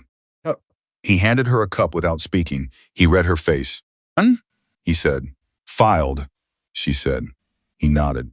They stood there for a moment, the two of them, in the kitchen of the Baptist church, with decent coffee and the early morning quiet, and she thought about the night in the shelter, storm, the sound of him directing people, the way he had stood beside her in the ruins and not said anything because he understood that some moments don't need words, about how little she had known, then about what the next 17 days would hold, about what the next weeks would hold, which she still didn't know. "I need to ask you something," she said. "Ask." "When this is over, whatever over looks like, you go back to your life, your chapter, your people." She looked at him directly. "I want you to feel like you owe me anything. Ask this. Whatever debt you think you have, I didn't open that shelter for payment." He was quiet for a moment. "That," he said. "That's not why I'm here." "Then why?" He looked at her the way he had looked at her in the shelter of the storm. That focused, measuring attention that she had learned for now was not calculation, but something closer to its opposite, the attention of someone who is seeing you plainly, the filter of what he expected to find. "Because you're worth being here for," he said. "Because what you built in the last 17 days with no resources, leverage, no reason to expect it to work, that is one of the most impressive things I have seen in 53 years. She looked at her coffee cup. "It was Clarence and Greer and Park," she said. "It was you," he said. "Worked for you, with you. But you held it together. That was you." She didn't know what to say to that. What she knew was this: 47 pages of evidence were in the hands of 4 separate government offices. Well, was going to open his morning very differently from how he had opened the morning 3 weeks ago. And somewhere in the distance, in offices she had never seen, processes were beginning that she had set in motion from a folding table in a church kitchen with a cold cup of coffee and her father's voice in her head. Over. But the shape of it had changed, and Claire Whitmore opened a sheltered door in a tornado and thought the hardest part was already behind her. Summers was beginning to understand that the hardest part had been the invisible fight, her work, the patience, the refusal to be exhausted into surrender. And she had not been exhausted. She was still standing. All from the Attorney General's office came on a Wednesday morning, 6 days after Park filed the package. Claire was in the debris field when her phone rang. She had been pulling salvage lumber from the collapsed eastern wall of the shop, not because she knew yet what she would build with it, because her hands needed something to do while her head worked through the waiting. The waiting was the hardest part, harder than the fight had been. Fight had given her something to push against. The waiting gave her nothing but her own thoughts and the debris field and the particular silence of a place that used to have a sound. Took off her work gloves and answered, "Ms. Whitmore? Arbestum. This is Assist Attorney General Patricia Hendricks, Consumer Protection Division." Claire sat down on a piece of lumber. "Yes," she said. "We received the referral package filed by your attorney David Park on Friday morning. I've spent the last 4 days reviewing it along with my team." A pause, the deliberate kind, not the hesitant kind. "I want to be direct with you. What you've assembled here is significant." Claire's hand tightened on the phone. "How significant?" she said. "We've been aware of certain anomalies in storm-related property transactions in several counties for approximately 2 years," Hendricks said. "Pieces. We didn't have the structure. What Mr. Evans built from the public records, the entity connection, and documentation. The timeline gives us the framework we were missing." Another pause, opening a formal investigation into Victor Caldwell and the Caldwell-affiliated entities. "Hey." The morning was very quiet. "What does that mean for my claim?" Claire said. "Must be referred to the insurance commissioner's fraud unit simultaneously. They will be contacting Central States Property and Casualty directly. I promise you a specific outcome or timeline. Then tell you that the $43,000 settlement offer is not something any company under active fraud investigation will want to defend in front of a state investigator." Claire closed her eyes for exactly 3 seconds. "Thank you," she said. "Thank you, Miss Whitmore," Hendricks said. "Nurse. Seriously, cases like this don't get built without someone deciding to push back when it would have been much easier not to." After she hung up, Claire sat on the lumber for a while without moving and was doing its regular work. Somewhere across the debris field, Bird had decided the situation was stable enough to resume normal operations and was making its case loudly from what remained of the fence post at the property edge. Called Hawk. He answered before the second ring. "Hendricks called," she said. "They're opening a formal investigation." Oh. She heard him exhale, a long, controlled breath that told her he had been holding more tension than he showed. "Hey," he said. "That's okay." "You sound surprised," she said. "Not surprised," he said. "I'm relieved." "There's a difference." "You were worried," she said. "A beat. I was concerned that what we had might not be enough to move them fast enough." "Well, had 6 days since Marsh came to see you." 6 days is enough time for a careful man to start reorganizing. Did he?" she asked. "Routers. Greer has been watching the public filings," Hawk said. "There were 2 entity restructuring filings with the Secretary of State's office in the last 5 days. Well, moved some assets between the holding structures." Claire absorbed this. "That affect the investigation?" "Greer says it looks like panic more than strategy," Hawk said. "One who restructures that fast is reacting, not planning. He didn't have time to do it cleanly." A pause. "And Hendricks's team will have subpoena power. They can see things that Greer can only see the edges of." She stood up, put up her work gloves, put them back on. "I need to tell Clarence," she said. To be insufferably pleased with himself, Hawk said. "Hurt," she said. She was right on both counts. Clarence received the news with the quiet satisfaction of a man who had spent 31 years teaching teenagers that data assembled from public records was one of the most powerful tools available to ordinary citizens, and had just watched that lesson validated at scale. He did not whoop or pump his fist. He simply closed his laptop with both hands, deliberately, and said, "Good," and then sat for a moment in the kind of stillness that belongs to people who have done something meaningful and know it. Then he said, "What's next?" "Now we wait again," Claire said. "I'm not good at waiting," he said. "Neither am I," she said. "Mark says we don't interfere with the investigation. We stay available if Hendricks's team needs more from us and we let them work." He nodded. "Their families. The 37 who already settled. Park is working on that," she said. "He thinks once the formal investigation is public, which it will be, eventually some of them may have grounds to reopen their claims. He's drafting a notification letter that he'll be ready to send the moment the investigation becomes public record." Clarence was quiet for a moment. Some of them sold their family land," he said. It wasn't an observation that required a response. It was just grief stated plainly by a man who felt it plainly. Oh, she said. They can't get that back. No, she said. They can't. She meant it without comfort, because some things don't have comfort. All of them understood that. The land that 29 families had sold to Caldwell's acquisition arm was gone in the way that certain things are gone permanently, in a form that money can approximate but not restore. Compensate a person for a loss. You can give them back. The particular morning, their grandfather built the fence they looked at every day for 40 years. What she was going to do, was make sure it stopped happening to the next family. 3 days later, the investigation became public. The Attorney General's office issued a press release on a Tuesday afternoon. There are 17 words into which the name Caldwell appeared, and by Tuesday evening, the local television stations were running the story, and by Wednesday morning, it had been picked up by the Dallas and Houston papers. Claire heard about it from Ryan. Ryan, who had come back from the hospital with his arm in a proper sling and his face still carrying the particular pale quality of someone who had been through significant pain, had returned to the property camp 10 days earlier because Hawk had asked him to, not because he felt obligated.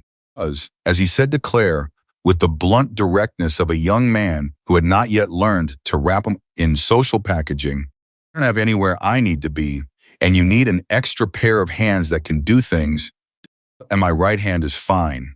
She had put him to work immediately, out to be useful in ways she hadn't anticipated. Arm kept him from heavy lifting, but he had grown up in a household where practical skills were taught early and taken seriously, and he could wire an outlet, read a structural diagram, and estimate materials with the ease of someone who had been doing it since adolescence. Also, had the particular energy of someone in his early 20s who is recovering from something frightening and has decided to respond to that experience by being extremely productive, which was an energy Claire recognized and respected.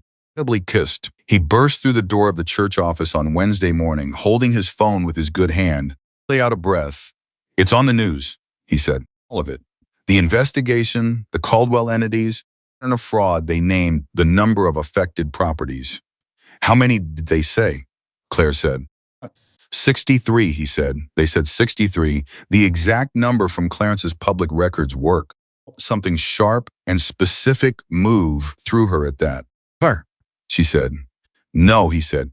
They described this. They said that the investigation was initiated following a referral from an affected property owner. They didn't use your name. Park had requested that.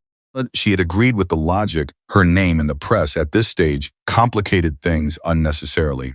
It was not about her. The story was about 63 families and an 8-year fraud and a man who thought he could build a machine that nobody would ever examine closely enough to understand. She said. People in town are there talking, Ryan said. He sat down. He was still breathing slightly fast, which she was learning was his tell, not the breath itself, but the way his eyes went bright when he had something he needed to say. Caldwell. People who knew Caldwell, who did business with him. He was. I heard 2 people at the gas station this morning say they'd always thought there was something off about him but couldn't put their finger on it. People say that after, she said, after something is exposed. Does that bother you? She thought about it honestly. Little, she said, but not as much as it used to. Before Ryan could ask what she meant, came in. He looked at her with the focused expression she had learned to read as incoming information. Marsh called Park, he said. Edward Marsh Caldwell's representative. What did he want? To explore whether there was a resolution framework, Hawk said. Words, Park told him. The matter was now in the hands of the Attorney General's office, and any resolution discussions would need to go through that process. She thought about Marsh, the careful suit, the carefully blank face, the way he had delivered a message without showing that the message had weight, about him making that phone call. What it meant that Caldwell had sent him, she said. Yes, Hawk said. Good, she said. Us. And she meant it, not with cruelty. She was not built for cruelty, and she knew it, but with the specific satisfaction of someone who has been on the receiving end of a system designed to make her feel powerless and has watched that system reveal its own fear. Fear was information. Because fear meant the machine had looked at what was coming and understood that it was not equipped to stop it. What happened next was something none of them had planned. Huck's phone had been ringing more than usual in the 2 days since the investigation went public. Missed it without commenting on it, calls he stepped outside to take conversations she caught pieces of when she passed, particular quality of attention in him when he came back inside that suggested the calls were about something that mattered. Thursday evening, he came to find her in the debris field. She was working by the light of a battery lantern, logging the last section of the tool storage area. It was slow work, and she preferred to do it alone. "Up to you," he said. She set down what she was holding. "What?" she said. He was quiet for a moment in the way he was quiet when he was about to say something he had thought about carefully. "Calls I've been getting," he said. "From the chapter." "They're chapters, I've noticed," she said. "The story, what you did, that we found, the investigation, it's been moving through the network." No. He paused. "They want to come." She looked at him. "Here?" she said. "Here," he said, "to Red Hollow. Rebuild the property and potentially some of the other storm victims in the area who don't have the resources to rebuild on their own." He held her gaze. "I'm talking about a few people, Claire. I'm talking about—" He stopped. "It again. This is larger than I expected it to be." "How large?" she said. "Know the final number yet," he said. "It's still coming together." "I say it's larger than you're imagining. I mean that." She looked at him for a long time. About the night in the shelter, the sound of motorcycles cutting through the storm. 30 seconds she had stood at the window, deciding about how small that decision had seemed. In the moment, not heroic, not dramatic, just obvious. There were people who needed the shelter. She had the shelter. That was the math. She thought about how mathematics works, how it compounds, how a small number multiplied by the right factor becomes something that doesn't fit in the same category as where it started. "Hi," she said, not challenging, genuinely asking. "You saved 27 of our brothers," Hawk said. "What you did after, with the evidence, the refusal to quit, that's the kind of thing that means something to people who understand what it costs." He paused. "And because there are families in this county who lost everything and sold their land because a machine was designed to break them. Well, those people can still be helped, even if we can't give them their land back." "You can't fix everything," she said. He said. "But you can fix some things, and some things is better than nothing." She looked at the debris field around her. Property her father had built on ground that was still hers. There Daniel had made that had saved 27 lives. Holes she had pulled from the rubble one by one because they were worth saving. She said. What happened the following Saturday morning was something that Red Hollow, Texas, was entirely unprepared for and would spend the next several decades talking about. As a sound.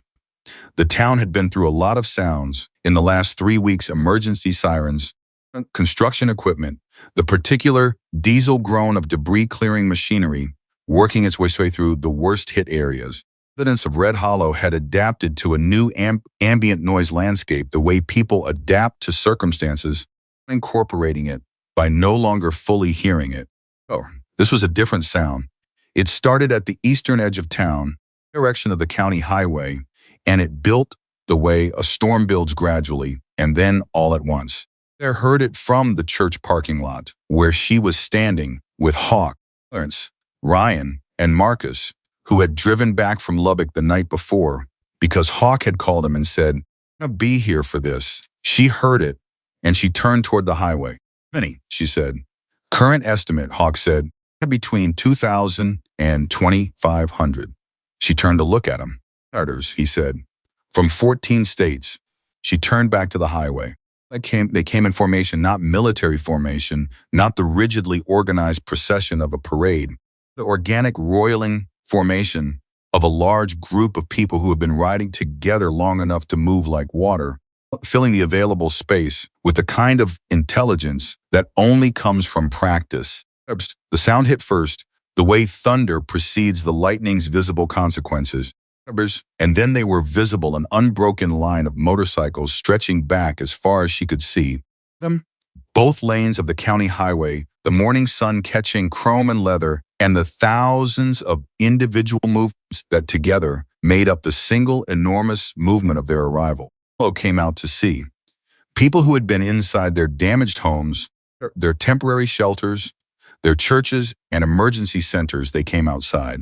Because they stood on porches that were missing roofs and in front of foundations that were missing walls, and they watched the highway fill with motorcycles, and the expressions on their faces moved through several things in rapid succession. Eyes, confusion, a kind of awe that is different from admiration, and then slowly, not all at once, but person by person, something that was harder to name. Recognition, maybe, of the fact that something was happening that was larger than whatever they had individually expected the next chapter to look like. Claire stood in the church parking lot and watched them come and kept her face absolutely still. Because if she let it move, it was going to do something she wasn't ready for. Ryan was standing beside her. She heard him say very quietly, in particular, "Oh man." Clarence made a sound that was not a word. Buck was on his phone, coordinating the incoming riders to designated areas. The county fairgrounds had been opened for staging. A high school parking lot, the cleared sections of the three largest damaged properties in the affected zone. He moved through the logistics with the same efficiency she had watched him apply to everything.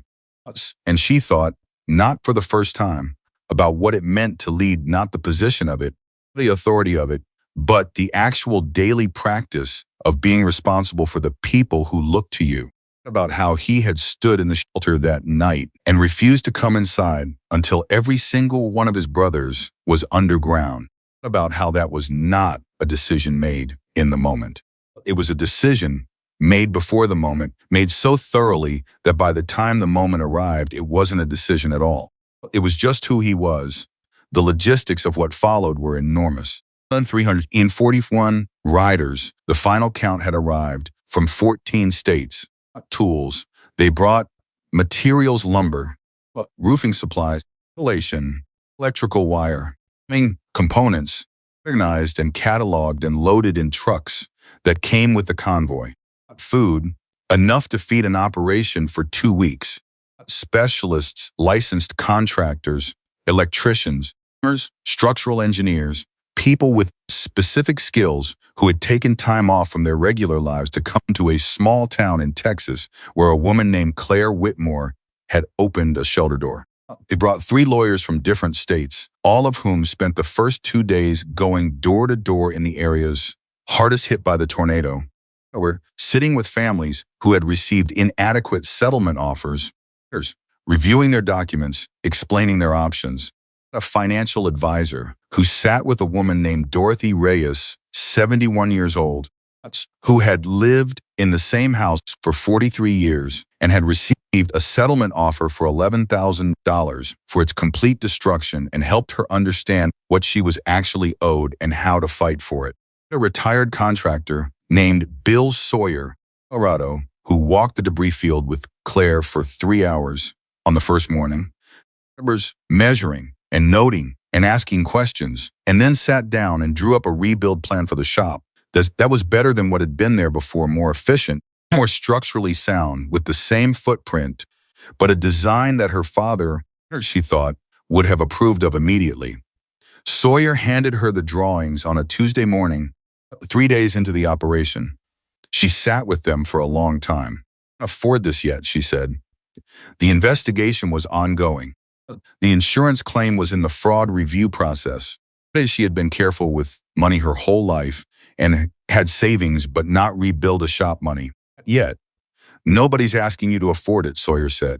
A compact man in his late 50s with the kind of permanently weathered look that comes from a lifetime of outdoor work and the kind of directness that comes from decades of running construction sites where imprecision costs time and money. We're building it. Labor is covered. Materials are covered. What we need from you is approval of the plan and a decision about what you want different. She looked at the drawings. Thursdays, she said immediately. Already on the plan, he said. Try and show me the construction. Your husband built a good shelter. I build the new structure around it instead of over it. She looked up from the drawings. Around it, she said. It becomes the center of the new design, Sawyer said. Instead of being in the back corner of the property, it becomes integrated. We build the community space around the shelter entrance. If you're going to have a community emergency center, what I heard is the plan. You want the shelter to be the heart of it, not the afterthought. She stared at him. Who told you about the community emergency center? She said, looked faintly surprised. Hawk mentioned it. Well, he said it was your idea. She looked across the debris field to where Hawk was talking with a group of riders and two local officials from the County Emergency Management Office, a conversation that had the quality of something being organized and being agreed upon. I mentioned it once, she said. God. He took it seriously, Sawyer said. At the drawings again. The shelter at the center, rebuilt around it. The community space she had mentioned once, a thought now rendered in pencil lines on paper with dimensions and materials, and a care for detail that told her Sawyer had not drawn this casually. If I want something different, she said. Then we change it, Sawyer said. It's your property. It's your design. We're here to build what you want, not what we decided you should have. She appreciated that more than she could say in the moment. Colorado's. She spent the rest of the morning with the drawings, putting notes, moving things, adding a feature her father had always wanted, a proper parts storage system that didn't require knowing exactly where everything was by memory. Changing the angle of the main shop entrance so the morning light came through differently. The drawings back to Sawyer at noon with her changes marked at them, nodded, made 2 notes in the margin. We can start breaking ground tomorrow, he said. The next 2 weeks operated at a pace that Claire had no previous framework for. Routers. She had grown up watching her father work efficiently, which meant one person doing many things correctly in sequence. What she watched now was 2,000 people doing many things correctly simultaneously, which was something else entirely. The town of Red Hollow had not known what to make of the arrival. There had been fear, initially not dramatic fear, the kind that expressed itself loudly, but the quieter, more stubborn kind that lives in assumptions accumulated over years. About the Hells Angels, the way people talk about things they know, mostly by reputation, carefully, with the particular edge that comes from believing something about a group of people without ever having directly tested that belief. It happens slowly. Dorothy Reyes, the 71-year-old woman whose settlement offer had been $11,000, was the first person in town to say it plainly.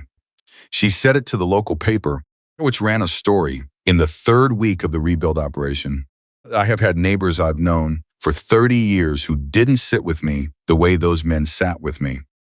They didn't leave until they understood my situation. A lawyer to my kitchen table. Nobody has ever brought a lawyer to my kitchen table. The reporter asked her if she'd been nervous when they arrived.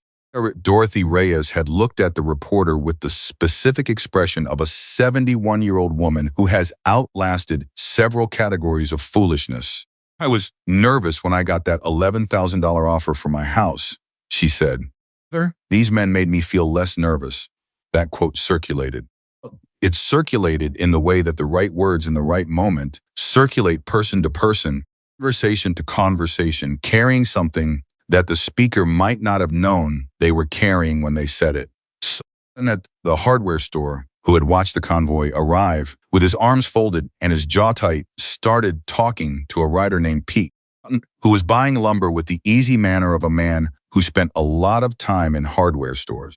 For 20 minutes, the man's arms unfolded somewhere around minute 8. Who had kept her children inside the first day of the convoy, brought them to watch the rebuild operation on the 4th day, because her daughter had asked why all those people were building things, and she hadn't had a good answer. Children watched for 2 hours.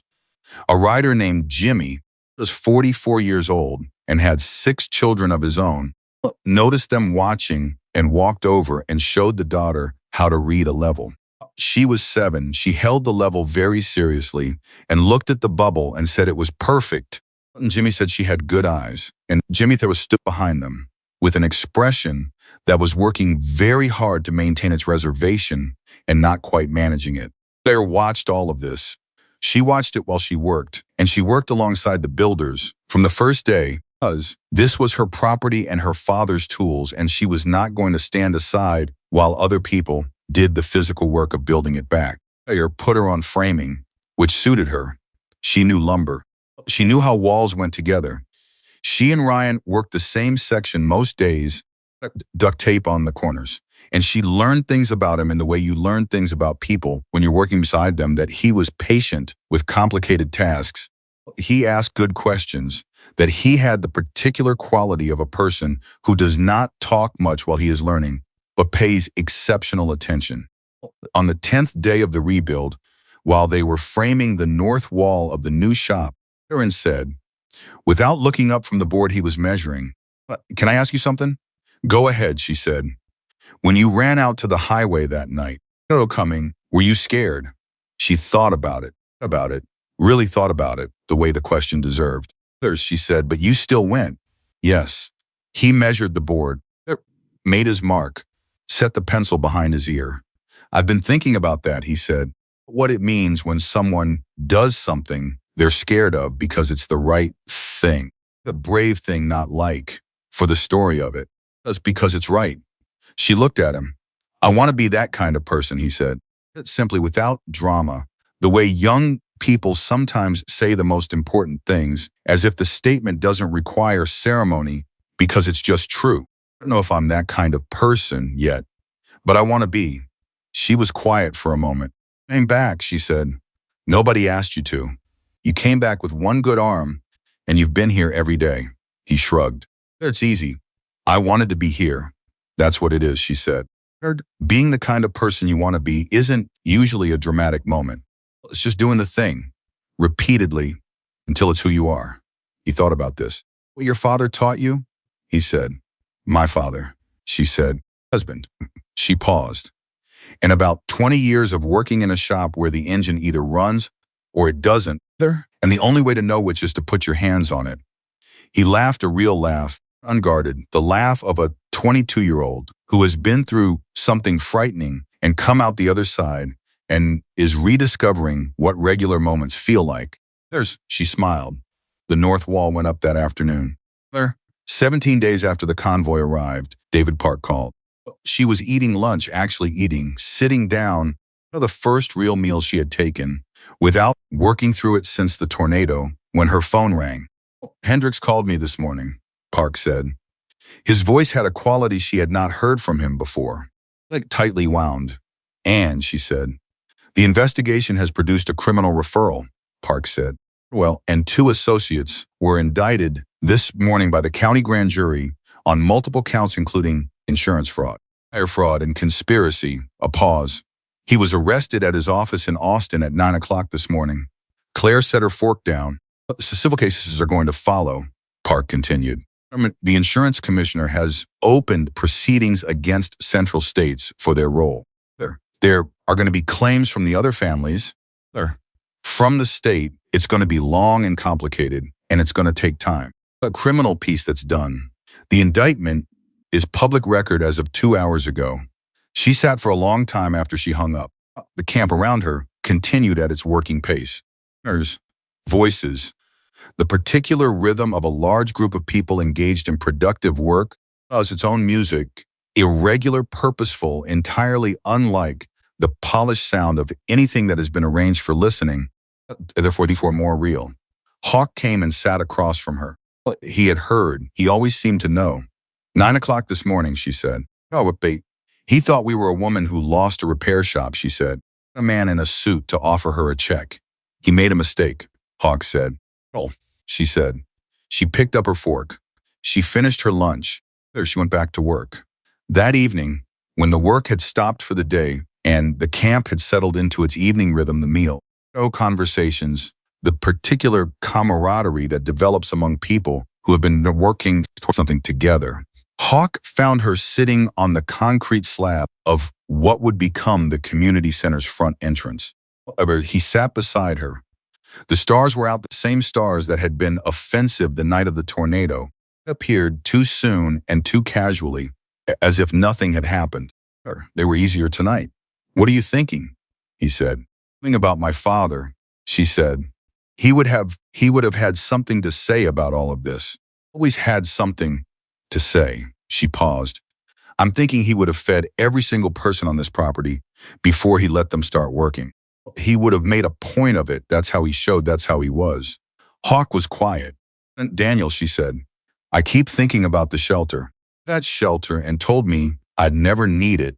I used it 27 times over. She smiled at that. Sapant. He would have been insufferably right about it. He would have brought it up for the rest of his life. Her voice was steady. It was getting easier to keep it steady when she talked about him. It was its own kind of progress, not forgetting, learning to carry the weight differently. He would have liked you, she said. He would have wanted to argue with you about everything. And he would have liked that. Hawk said, I think I would have liked him. She looked at the stars.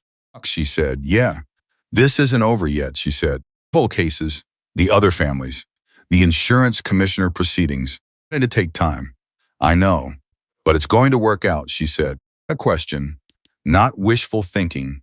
Something that had moved from probability to certainty in the course of the day was now simply a fact she was letting settle into the right place inside her. Yes, he said. She nodded. Tomorrow, Sawyer had told her, on the roof of the main shop. At the current pace, the structure would be weather-tight within the week. A community center component would take another 3 weeks after that. It could potentially be operational, not fully equipped. Operational within 2 months. 2 months. From a debris field to a working shop in 2 months, with 2,000 people and her father's tools, and a retired school teacher's public records research, and a woman who had learned the worst possible conditions, that the right question asked at the right time could change everything. About the morning she had stood in this exact spot, or where this spot used to be, the tornado reordered everything and looked at the ruins of 40 years of her family's work. About what she had felt then, and she thought about what she felt now, which was different in a way that was difficult to name, precisely because it was not the opposite of what she had felt then. It was not the absence of grief. It was not the resolution of loss. Those things were still present and would be present for a long time. What was different was the space around them. The grief was the same size it had always been.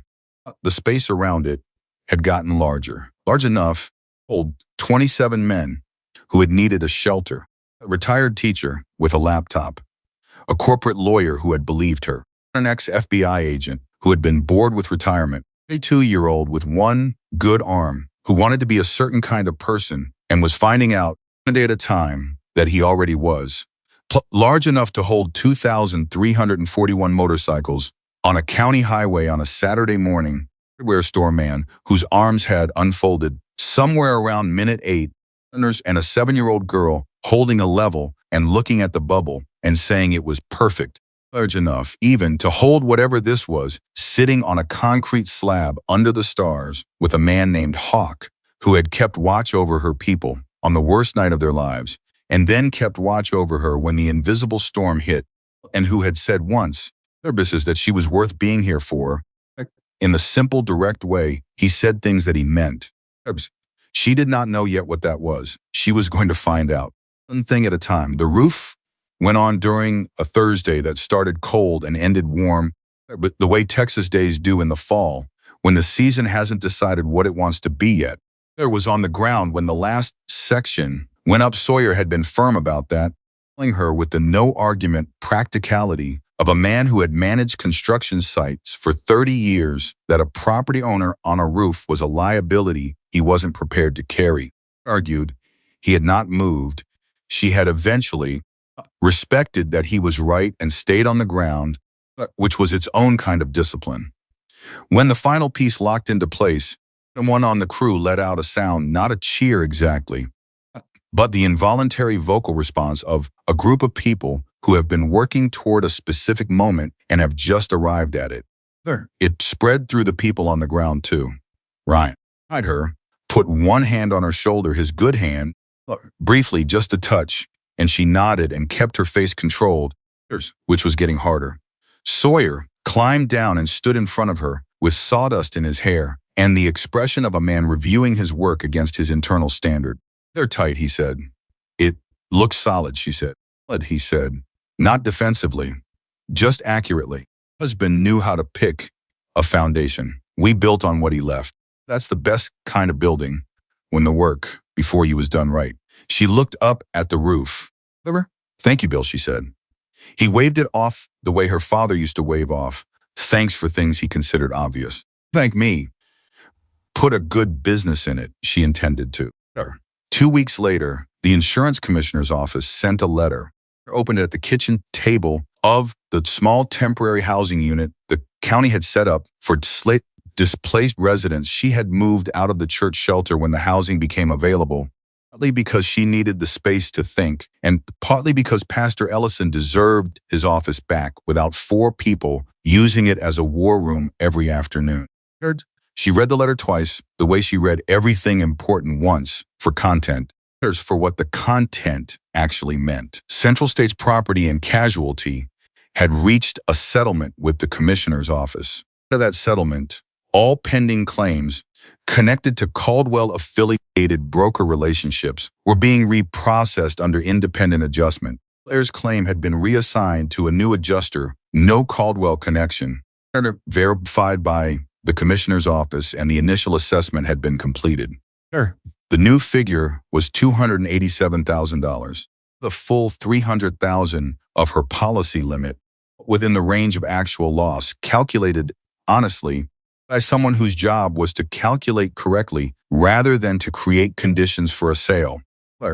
She set the letter down. She sat with it for a moment. "Park, I saw it," he said, before she could speak.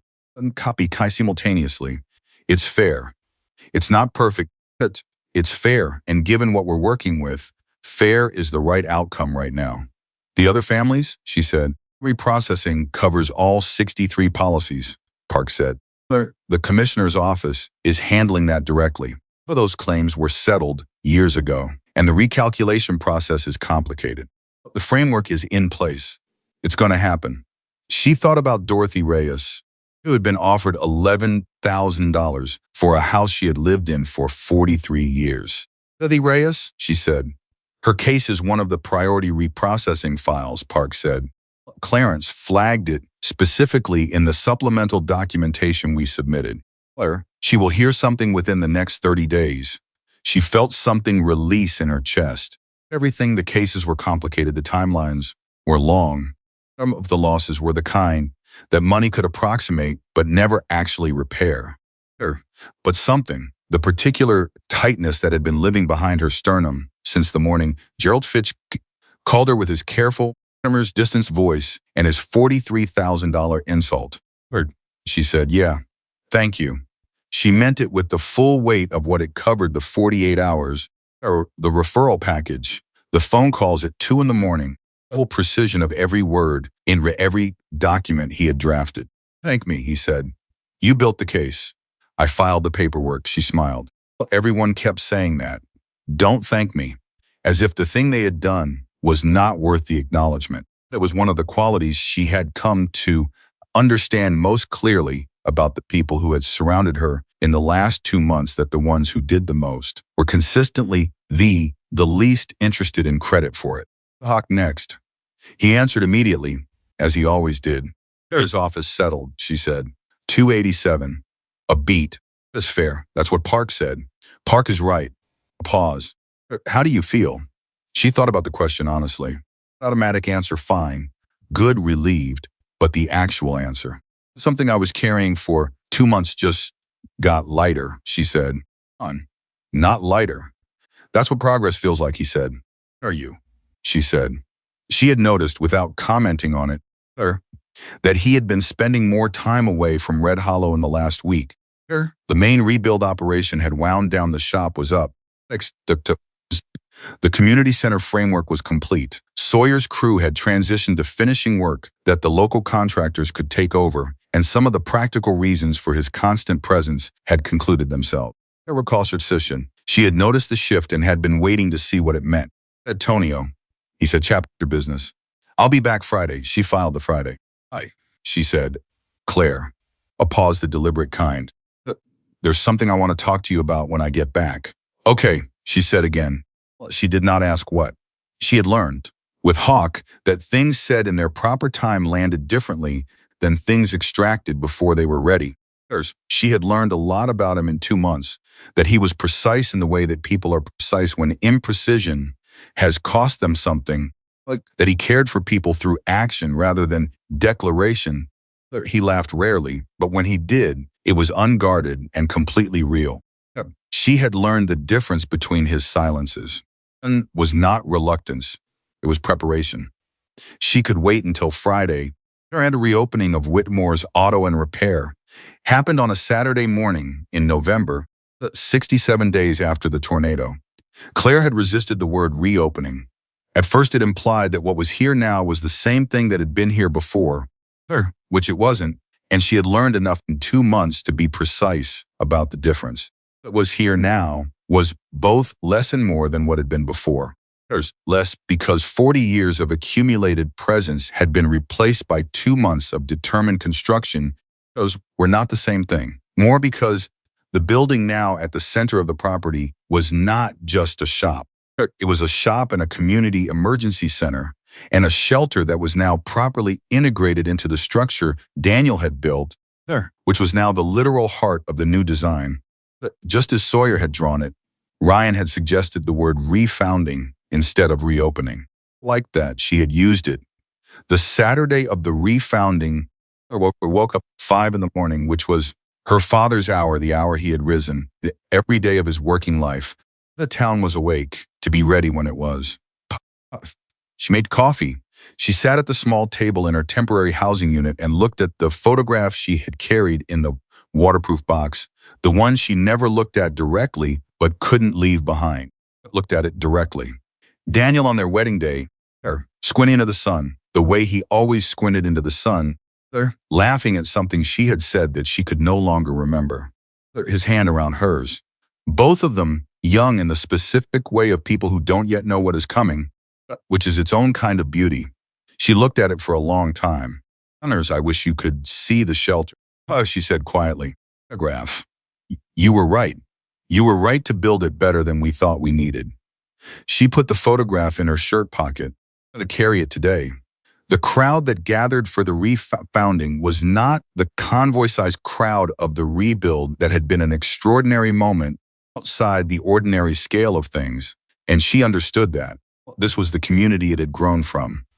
Red Hollow in its actual size, maybe 300 people, which for a town of 1,200 was significant. Neighbors, people she had known her whole life, and people she had met in the last 2 months.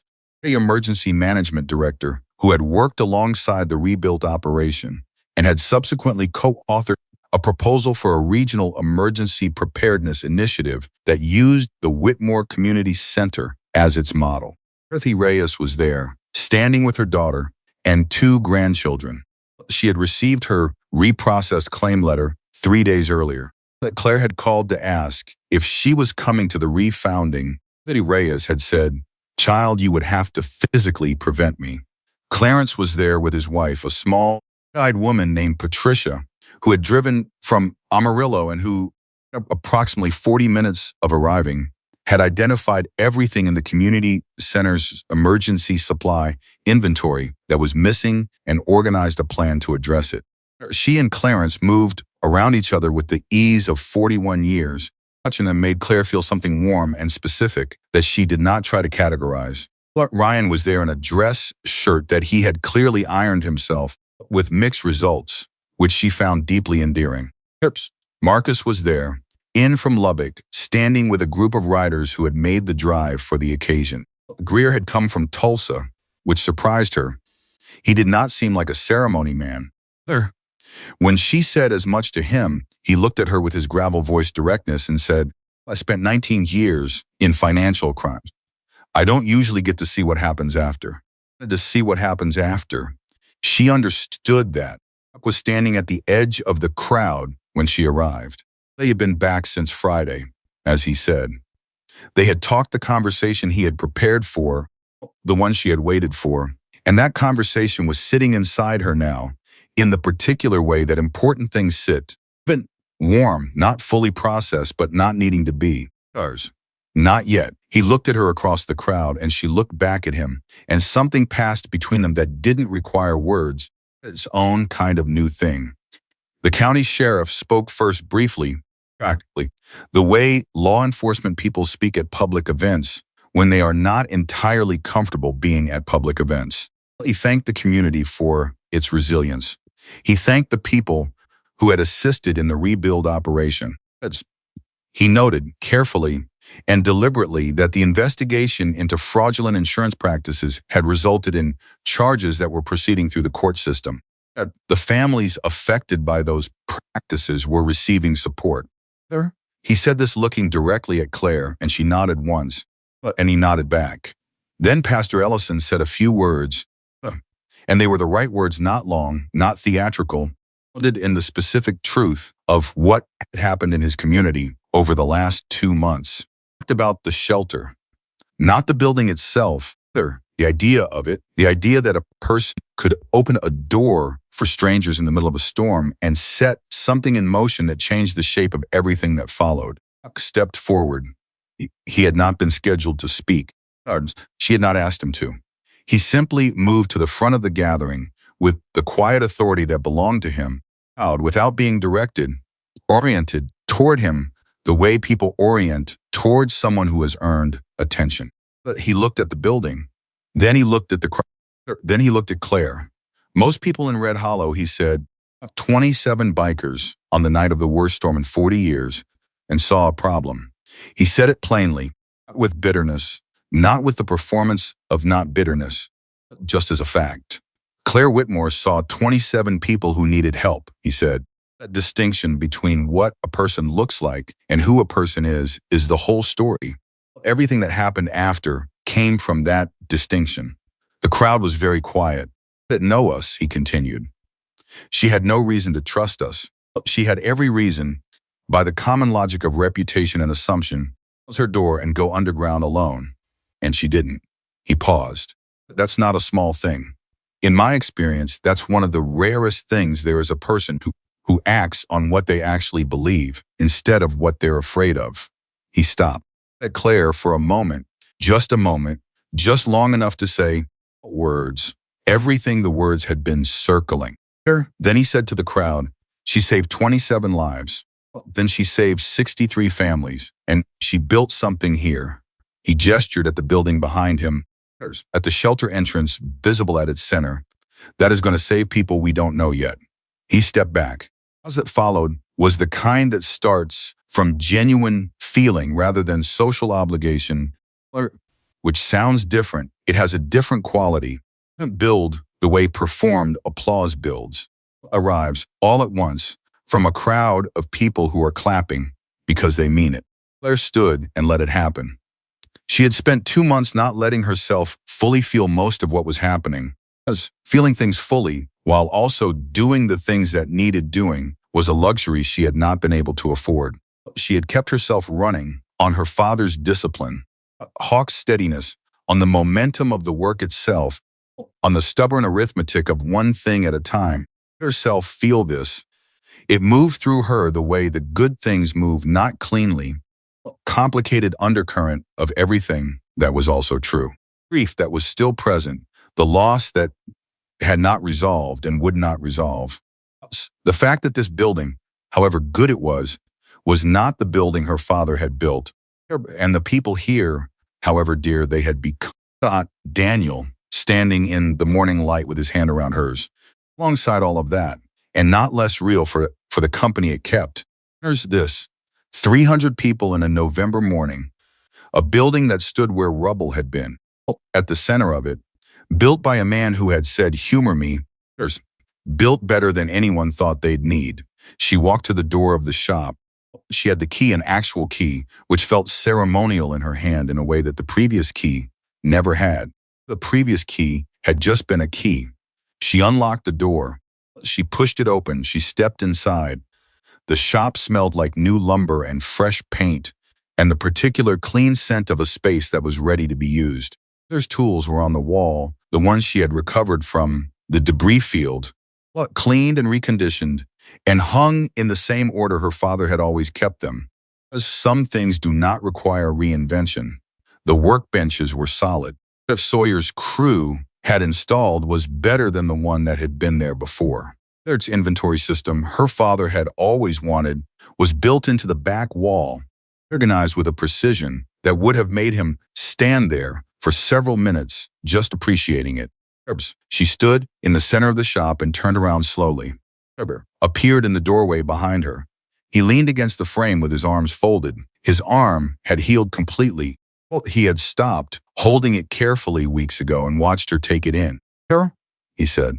It's good, she said. It's better than good, he said. Tell Sawyer that, she said. He'll never let anyone forget it. Ryan grinned. Already knows. He's been telling people all morning. She laughed. An unguarded laugh that surprised her with its completeness. Ryan straightened up from the doorframe. Claire, he said. She looked at him. I wanted to ask you something, he said. Hers? He had the expression of someone who has been preparing to say something and has decided this is the moment. I've been thinking about what I want to do. I'm 22. I don't have a direction yet, not a real one. I've got mechanical skills. Dad taught me the basics, but I never had someone who could actually teach me the deeper work. She looked at him. You'll learn the trade, he said, properly. If you'd be willing to take me on as an apprentice. He paused. Hard, I'd work hard. She did know that. She had watched him work for 2 months. She looked around the shop, the tools on the wall, the lift, the workbenches, the parts system her father would have loved. About her father teaching her, the same way his father had taught him, in this same space or a version of it. She thought about what it meant to pass something on. Not just the mechanical knowledge, but the philosophy of it, the understanding that a thing worth doing was worth doing right. The person who brought you their problem deserved your best attention. Dirk was honest because it either ran or it didn't. In the morning, she said, every day, we start with the basics. First, you don't touch the complicated work until you understand why the simple work matters. Ryan's face broke into something that she thought, I make duct tape on the corners. Watching it was what relief looked like on a 22-year-old who had been hoping for something without letting himself fully believe he'd get it. Oh, ma'am, he said. Don't call me ma'am, she said. You've been working beside me for 2 months. Yes, sir, he said. Better, she said. She looked at her father's tools on the wall. I'm in here, she said. Let me show you how these are organized. He came in, and she started talking. And the shop had its first sound, the sound of someone learning, which is one of the best sounds a space can have. The sound of something being built that isn't made of wood or metal, but lasts longer than either. Found her an hour later, when the official gathering had loosened into the organic mingling of a community that had been through something together and was taking a moment to simply exist in proximity. He found her standing near the shelter entrance, the integrated entrance that was now the front face of the community center. Visible and central the way Sawyer had designed it, no longer a back corner, afterthought. She was looking at the door. He stood beside her without speaking. I haven't been able to make myself go back in, she said. Since that night, I've walked past it 100 times in the last 2 months, but I haven't been able to go back in. He didn't say anything. He understood the difference between a statement that needed a response and one that needed to be heard. Oh, it's just a room, she said. I know it's concrete and steel and good construction. The thing that makes it what it is isn't the room itself. What is it? He said. What was in it, she said. What happened in it? She was quiet for a moment. Aaron built it for whoever needs it. He didn't build it for us specifically, because he understood that the world produces moments when people need shelter, and that if you have the capacity to provide that shelter, you should. She paused, and then it turned out to be true. And then everything came from that. She reached out and put her hand on the door handle. Will you come in with me? She said. He didn't answer. He just put his hand on the door beside hers. They opened it together. Down the stairs into the clean, well-lit room, Sawyer's crew had upgraded the lighting, a proper ventilation system, restocked the emergency supplies, and they stood in the center of it, where 28 people had stood in the dark with a tornado raging above them, and she breathed in the particular smell of it, which was concrete and cool air and the ghost of everything that had happened here. About Daniel, not with grief, or not only with grief, there's the full, with something fuller, with the understanding that he had built this room without knowing what it would hold. What it had held was more than he could have imagined. That was exactly right. That was what happened when you built things better than you thought you needed. Boppers, you made room for the things you hadn't thought of yet. About the 27 men who had come down these stairs, I one, trusting a stranger who had told them they had 4 minutes. About Ryan's arm in the bad light, Clarence's coffee in the thermos. Third game, the way the sound of the storm had been something felt as much as heard. About all that had followed the debris field, table in the church kitchen, the $43,000 letter, Clarence's laptop with its highlighted columns of addresses, there's voice at 2 a.m, the 47-page package, the sound of 2,000 motorcycles on a county highway while arrested at 9 o'clock in the morning in an Austin office building. About Dorothy Reyes, who would receive a fair settlement. About the 29 families who had sold their land, and the fact that some of what was lost could not be returned, and the fact that some of it could, and that she would spend the years ahead knowing the difference and working within it. About Ryan at 7 a.m, learning the trade. About the community center upstairs, which was going to be used. She knew this with the certainty of someone who understood her community, by the people who needed it, learned by everyone eventually, because everyone eventually needed something. About Hawk beside her. About the conversation they had on Friday, which had been the kind of honest and unceremonious and slightly terrifying conversation that people have when they are past the age of performing and have decided, instead, to simply say the true thing and see what happens. What had come out of it, which was not a resolution exactly. They were both too practical for easy resolutions, too aware of what complications looked like to pretend they didn't exist. But something. The beginning of something that had been building since a night in a shelter when she had asked him his name, and he had watched her splint a dislocated shoulder with a piece of cardboard and a torn flannel shirt, and something had shifted in his expression in a way she had noticed and filed away and not known what to do with for 2 months. She knew now. She didn't have a name for it yet. She wasn't in a hurry to name it. She had learned in the last 2 months that some things were worth letting develop at their own pace. At the walls of the shelter. "Thank you," she said. She was not talking to Hawk, or not only to Hawk. She was talking to the room, the Daniel's work in it, to the fact that the thing he had built without knowing why, humor me, he had said, and she had teased him, and he had built it anyway, had become the hinge point of everything. The place where the story turned. She took the photograph from her shirt pocket. She had a small laminate frame. She had bought it specifically from her earlier that week for this purpose. She set it on the ledge Daniel had built into the wall for supplies. His face in the photograph, squinting into the sun, looking at something she had said. Hawk looked at the photograph and said nothing. Well, she looked at it for a long moment. Then she turned around, back up the stairs. She came out into the November morning where 300 people were talking and eating and beginning to understand, the way communities understand things not all at once, person by person and conversation by conversation, that what had happened to them over the last 2 months was not just survival. It was a becoming. She stood at the entrance of her rebuilt shop, her father's ground, with the shelter at the center, and her husband's photograph on the wall inside it, and her apprentice in the shop, and the woman who had been offered $11,000 for her life, standing with her grandchildren 60 feet away, and the man she intended to mount to find out more about standing behind her with his hand warm against her back. She breathed in, she breathed out. She had opened a door in a tornado because there were people who needed a door, and she had one, and that was the whole math. And the math had compounded into all of this, more than she had any reason to expect, and exactly what the situation had always been capable of producing. And someone had been willing to do the arithmetic. Her father's voice, tight and exact in her memory, your math has to be better than theirs. Because it always had been, and the door she had opened in the worst storm of her life, the door that cost her everything she had built and gave her back something she hadn't known she was missing, was still open. It was going to stay open. That was who Claire Whitmore was. That was who she had always been. And now, standing in the full knowledge of what that cost and what it built and what it continued to build, she was not going to become anything else.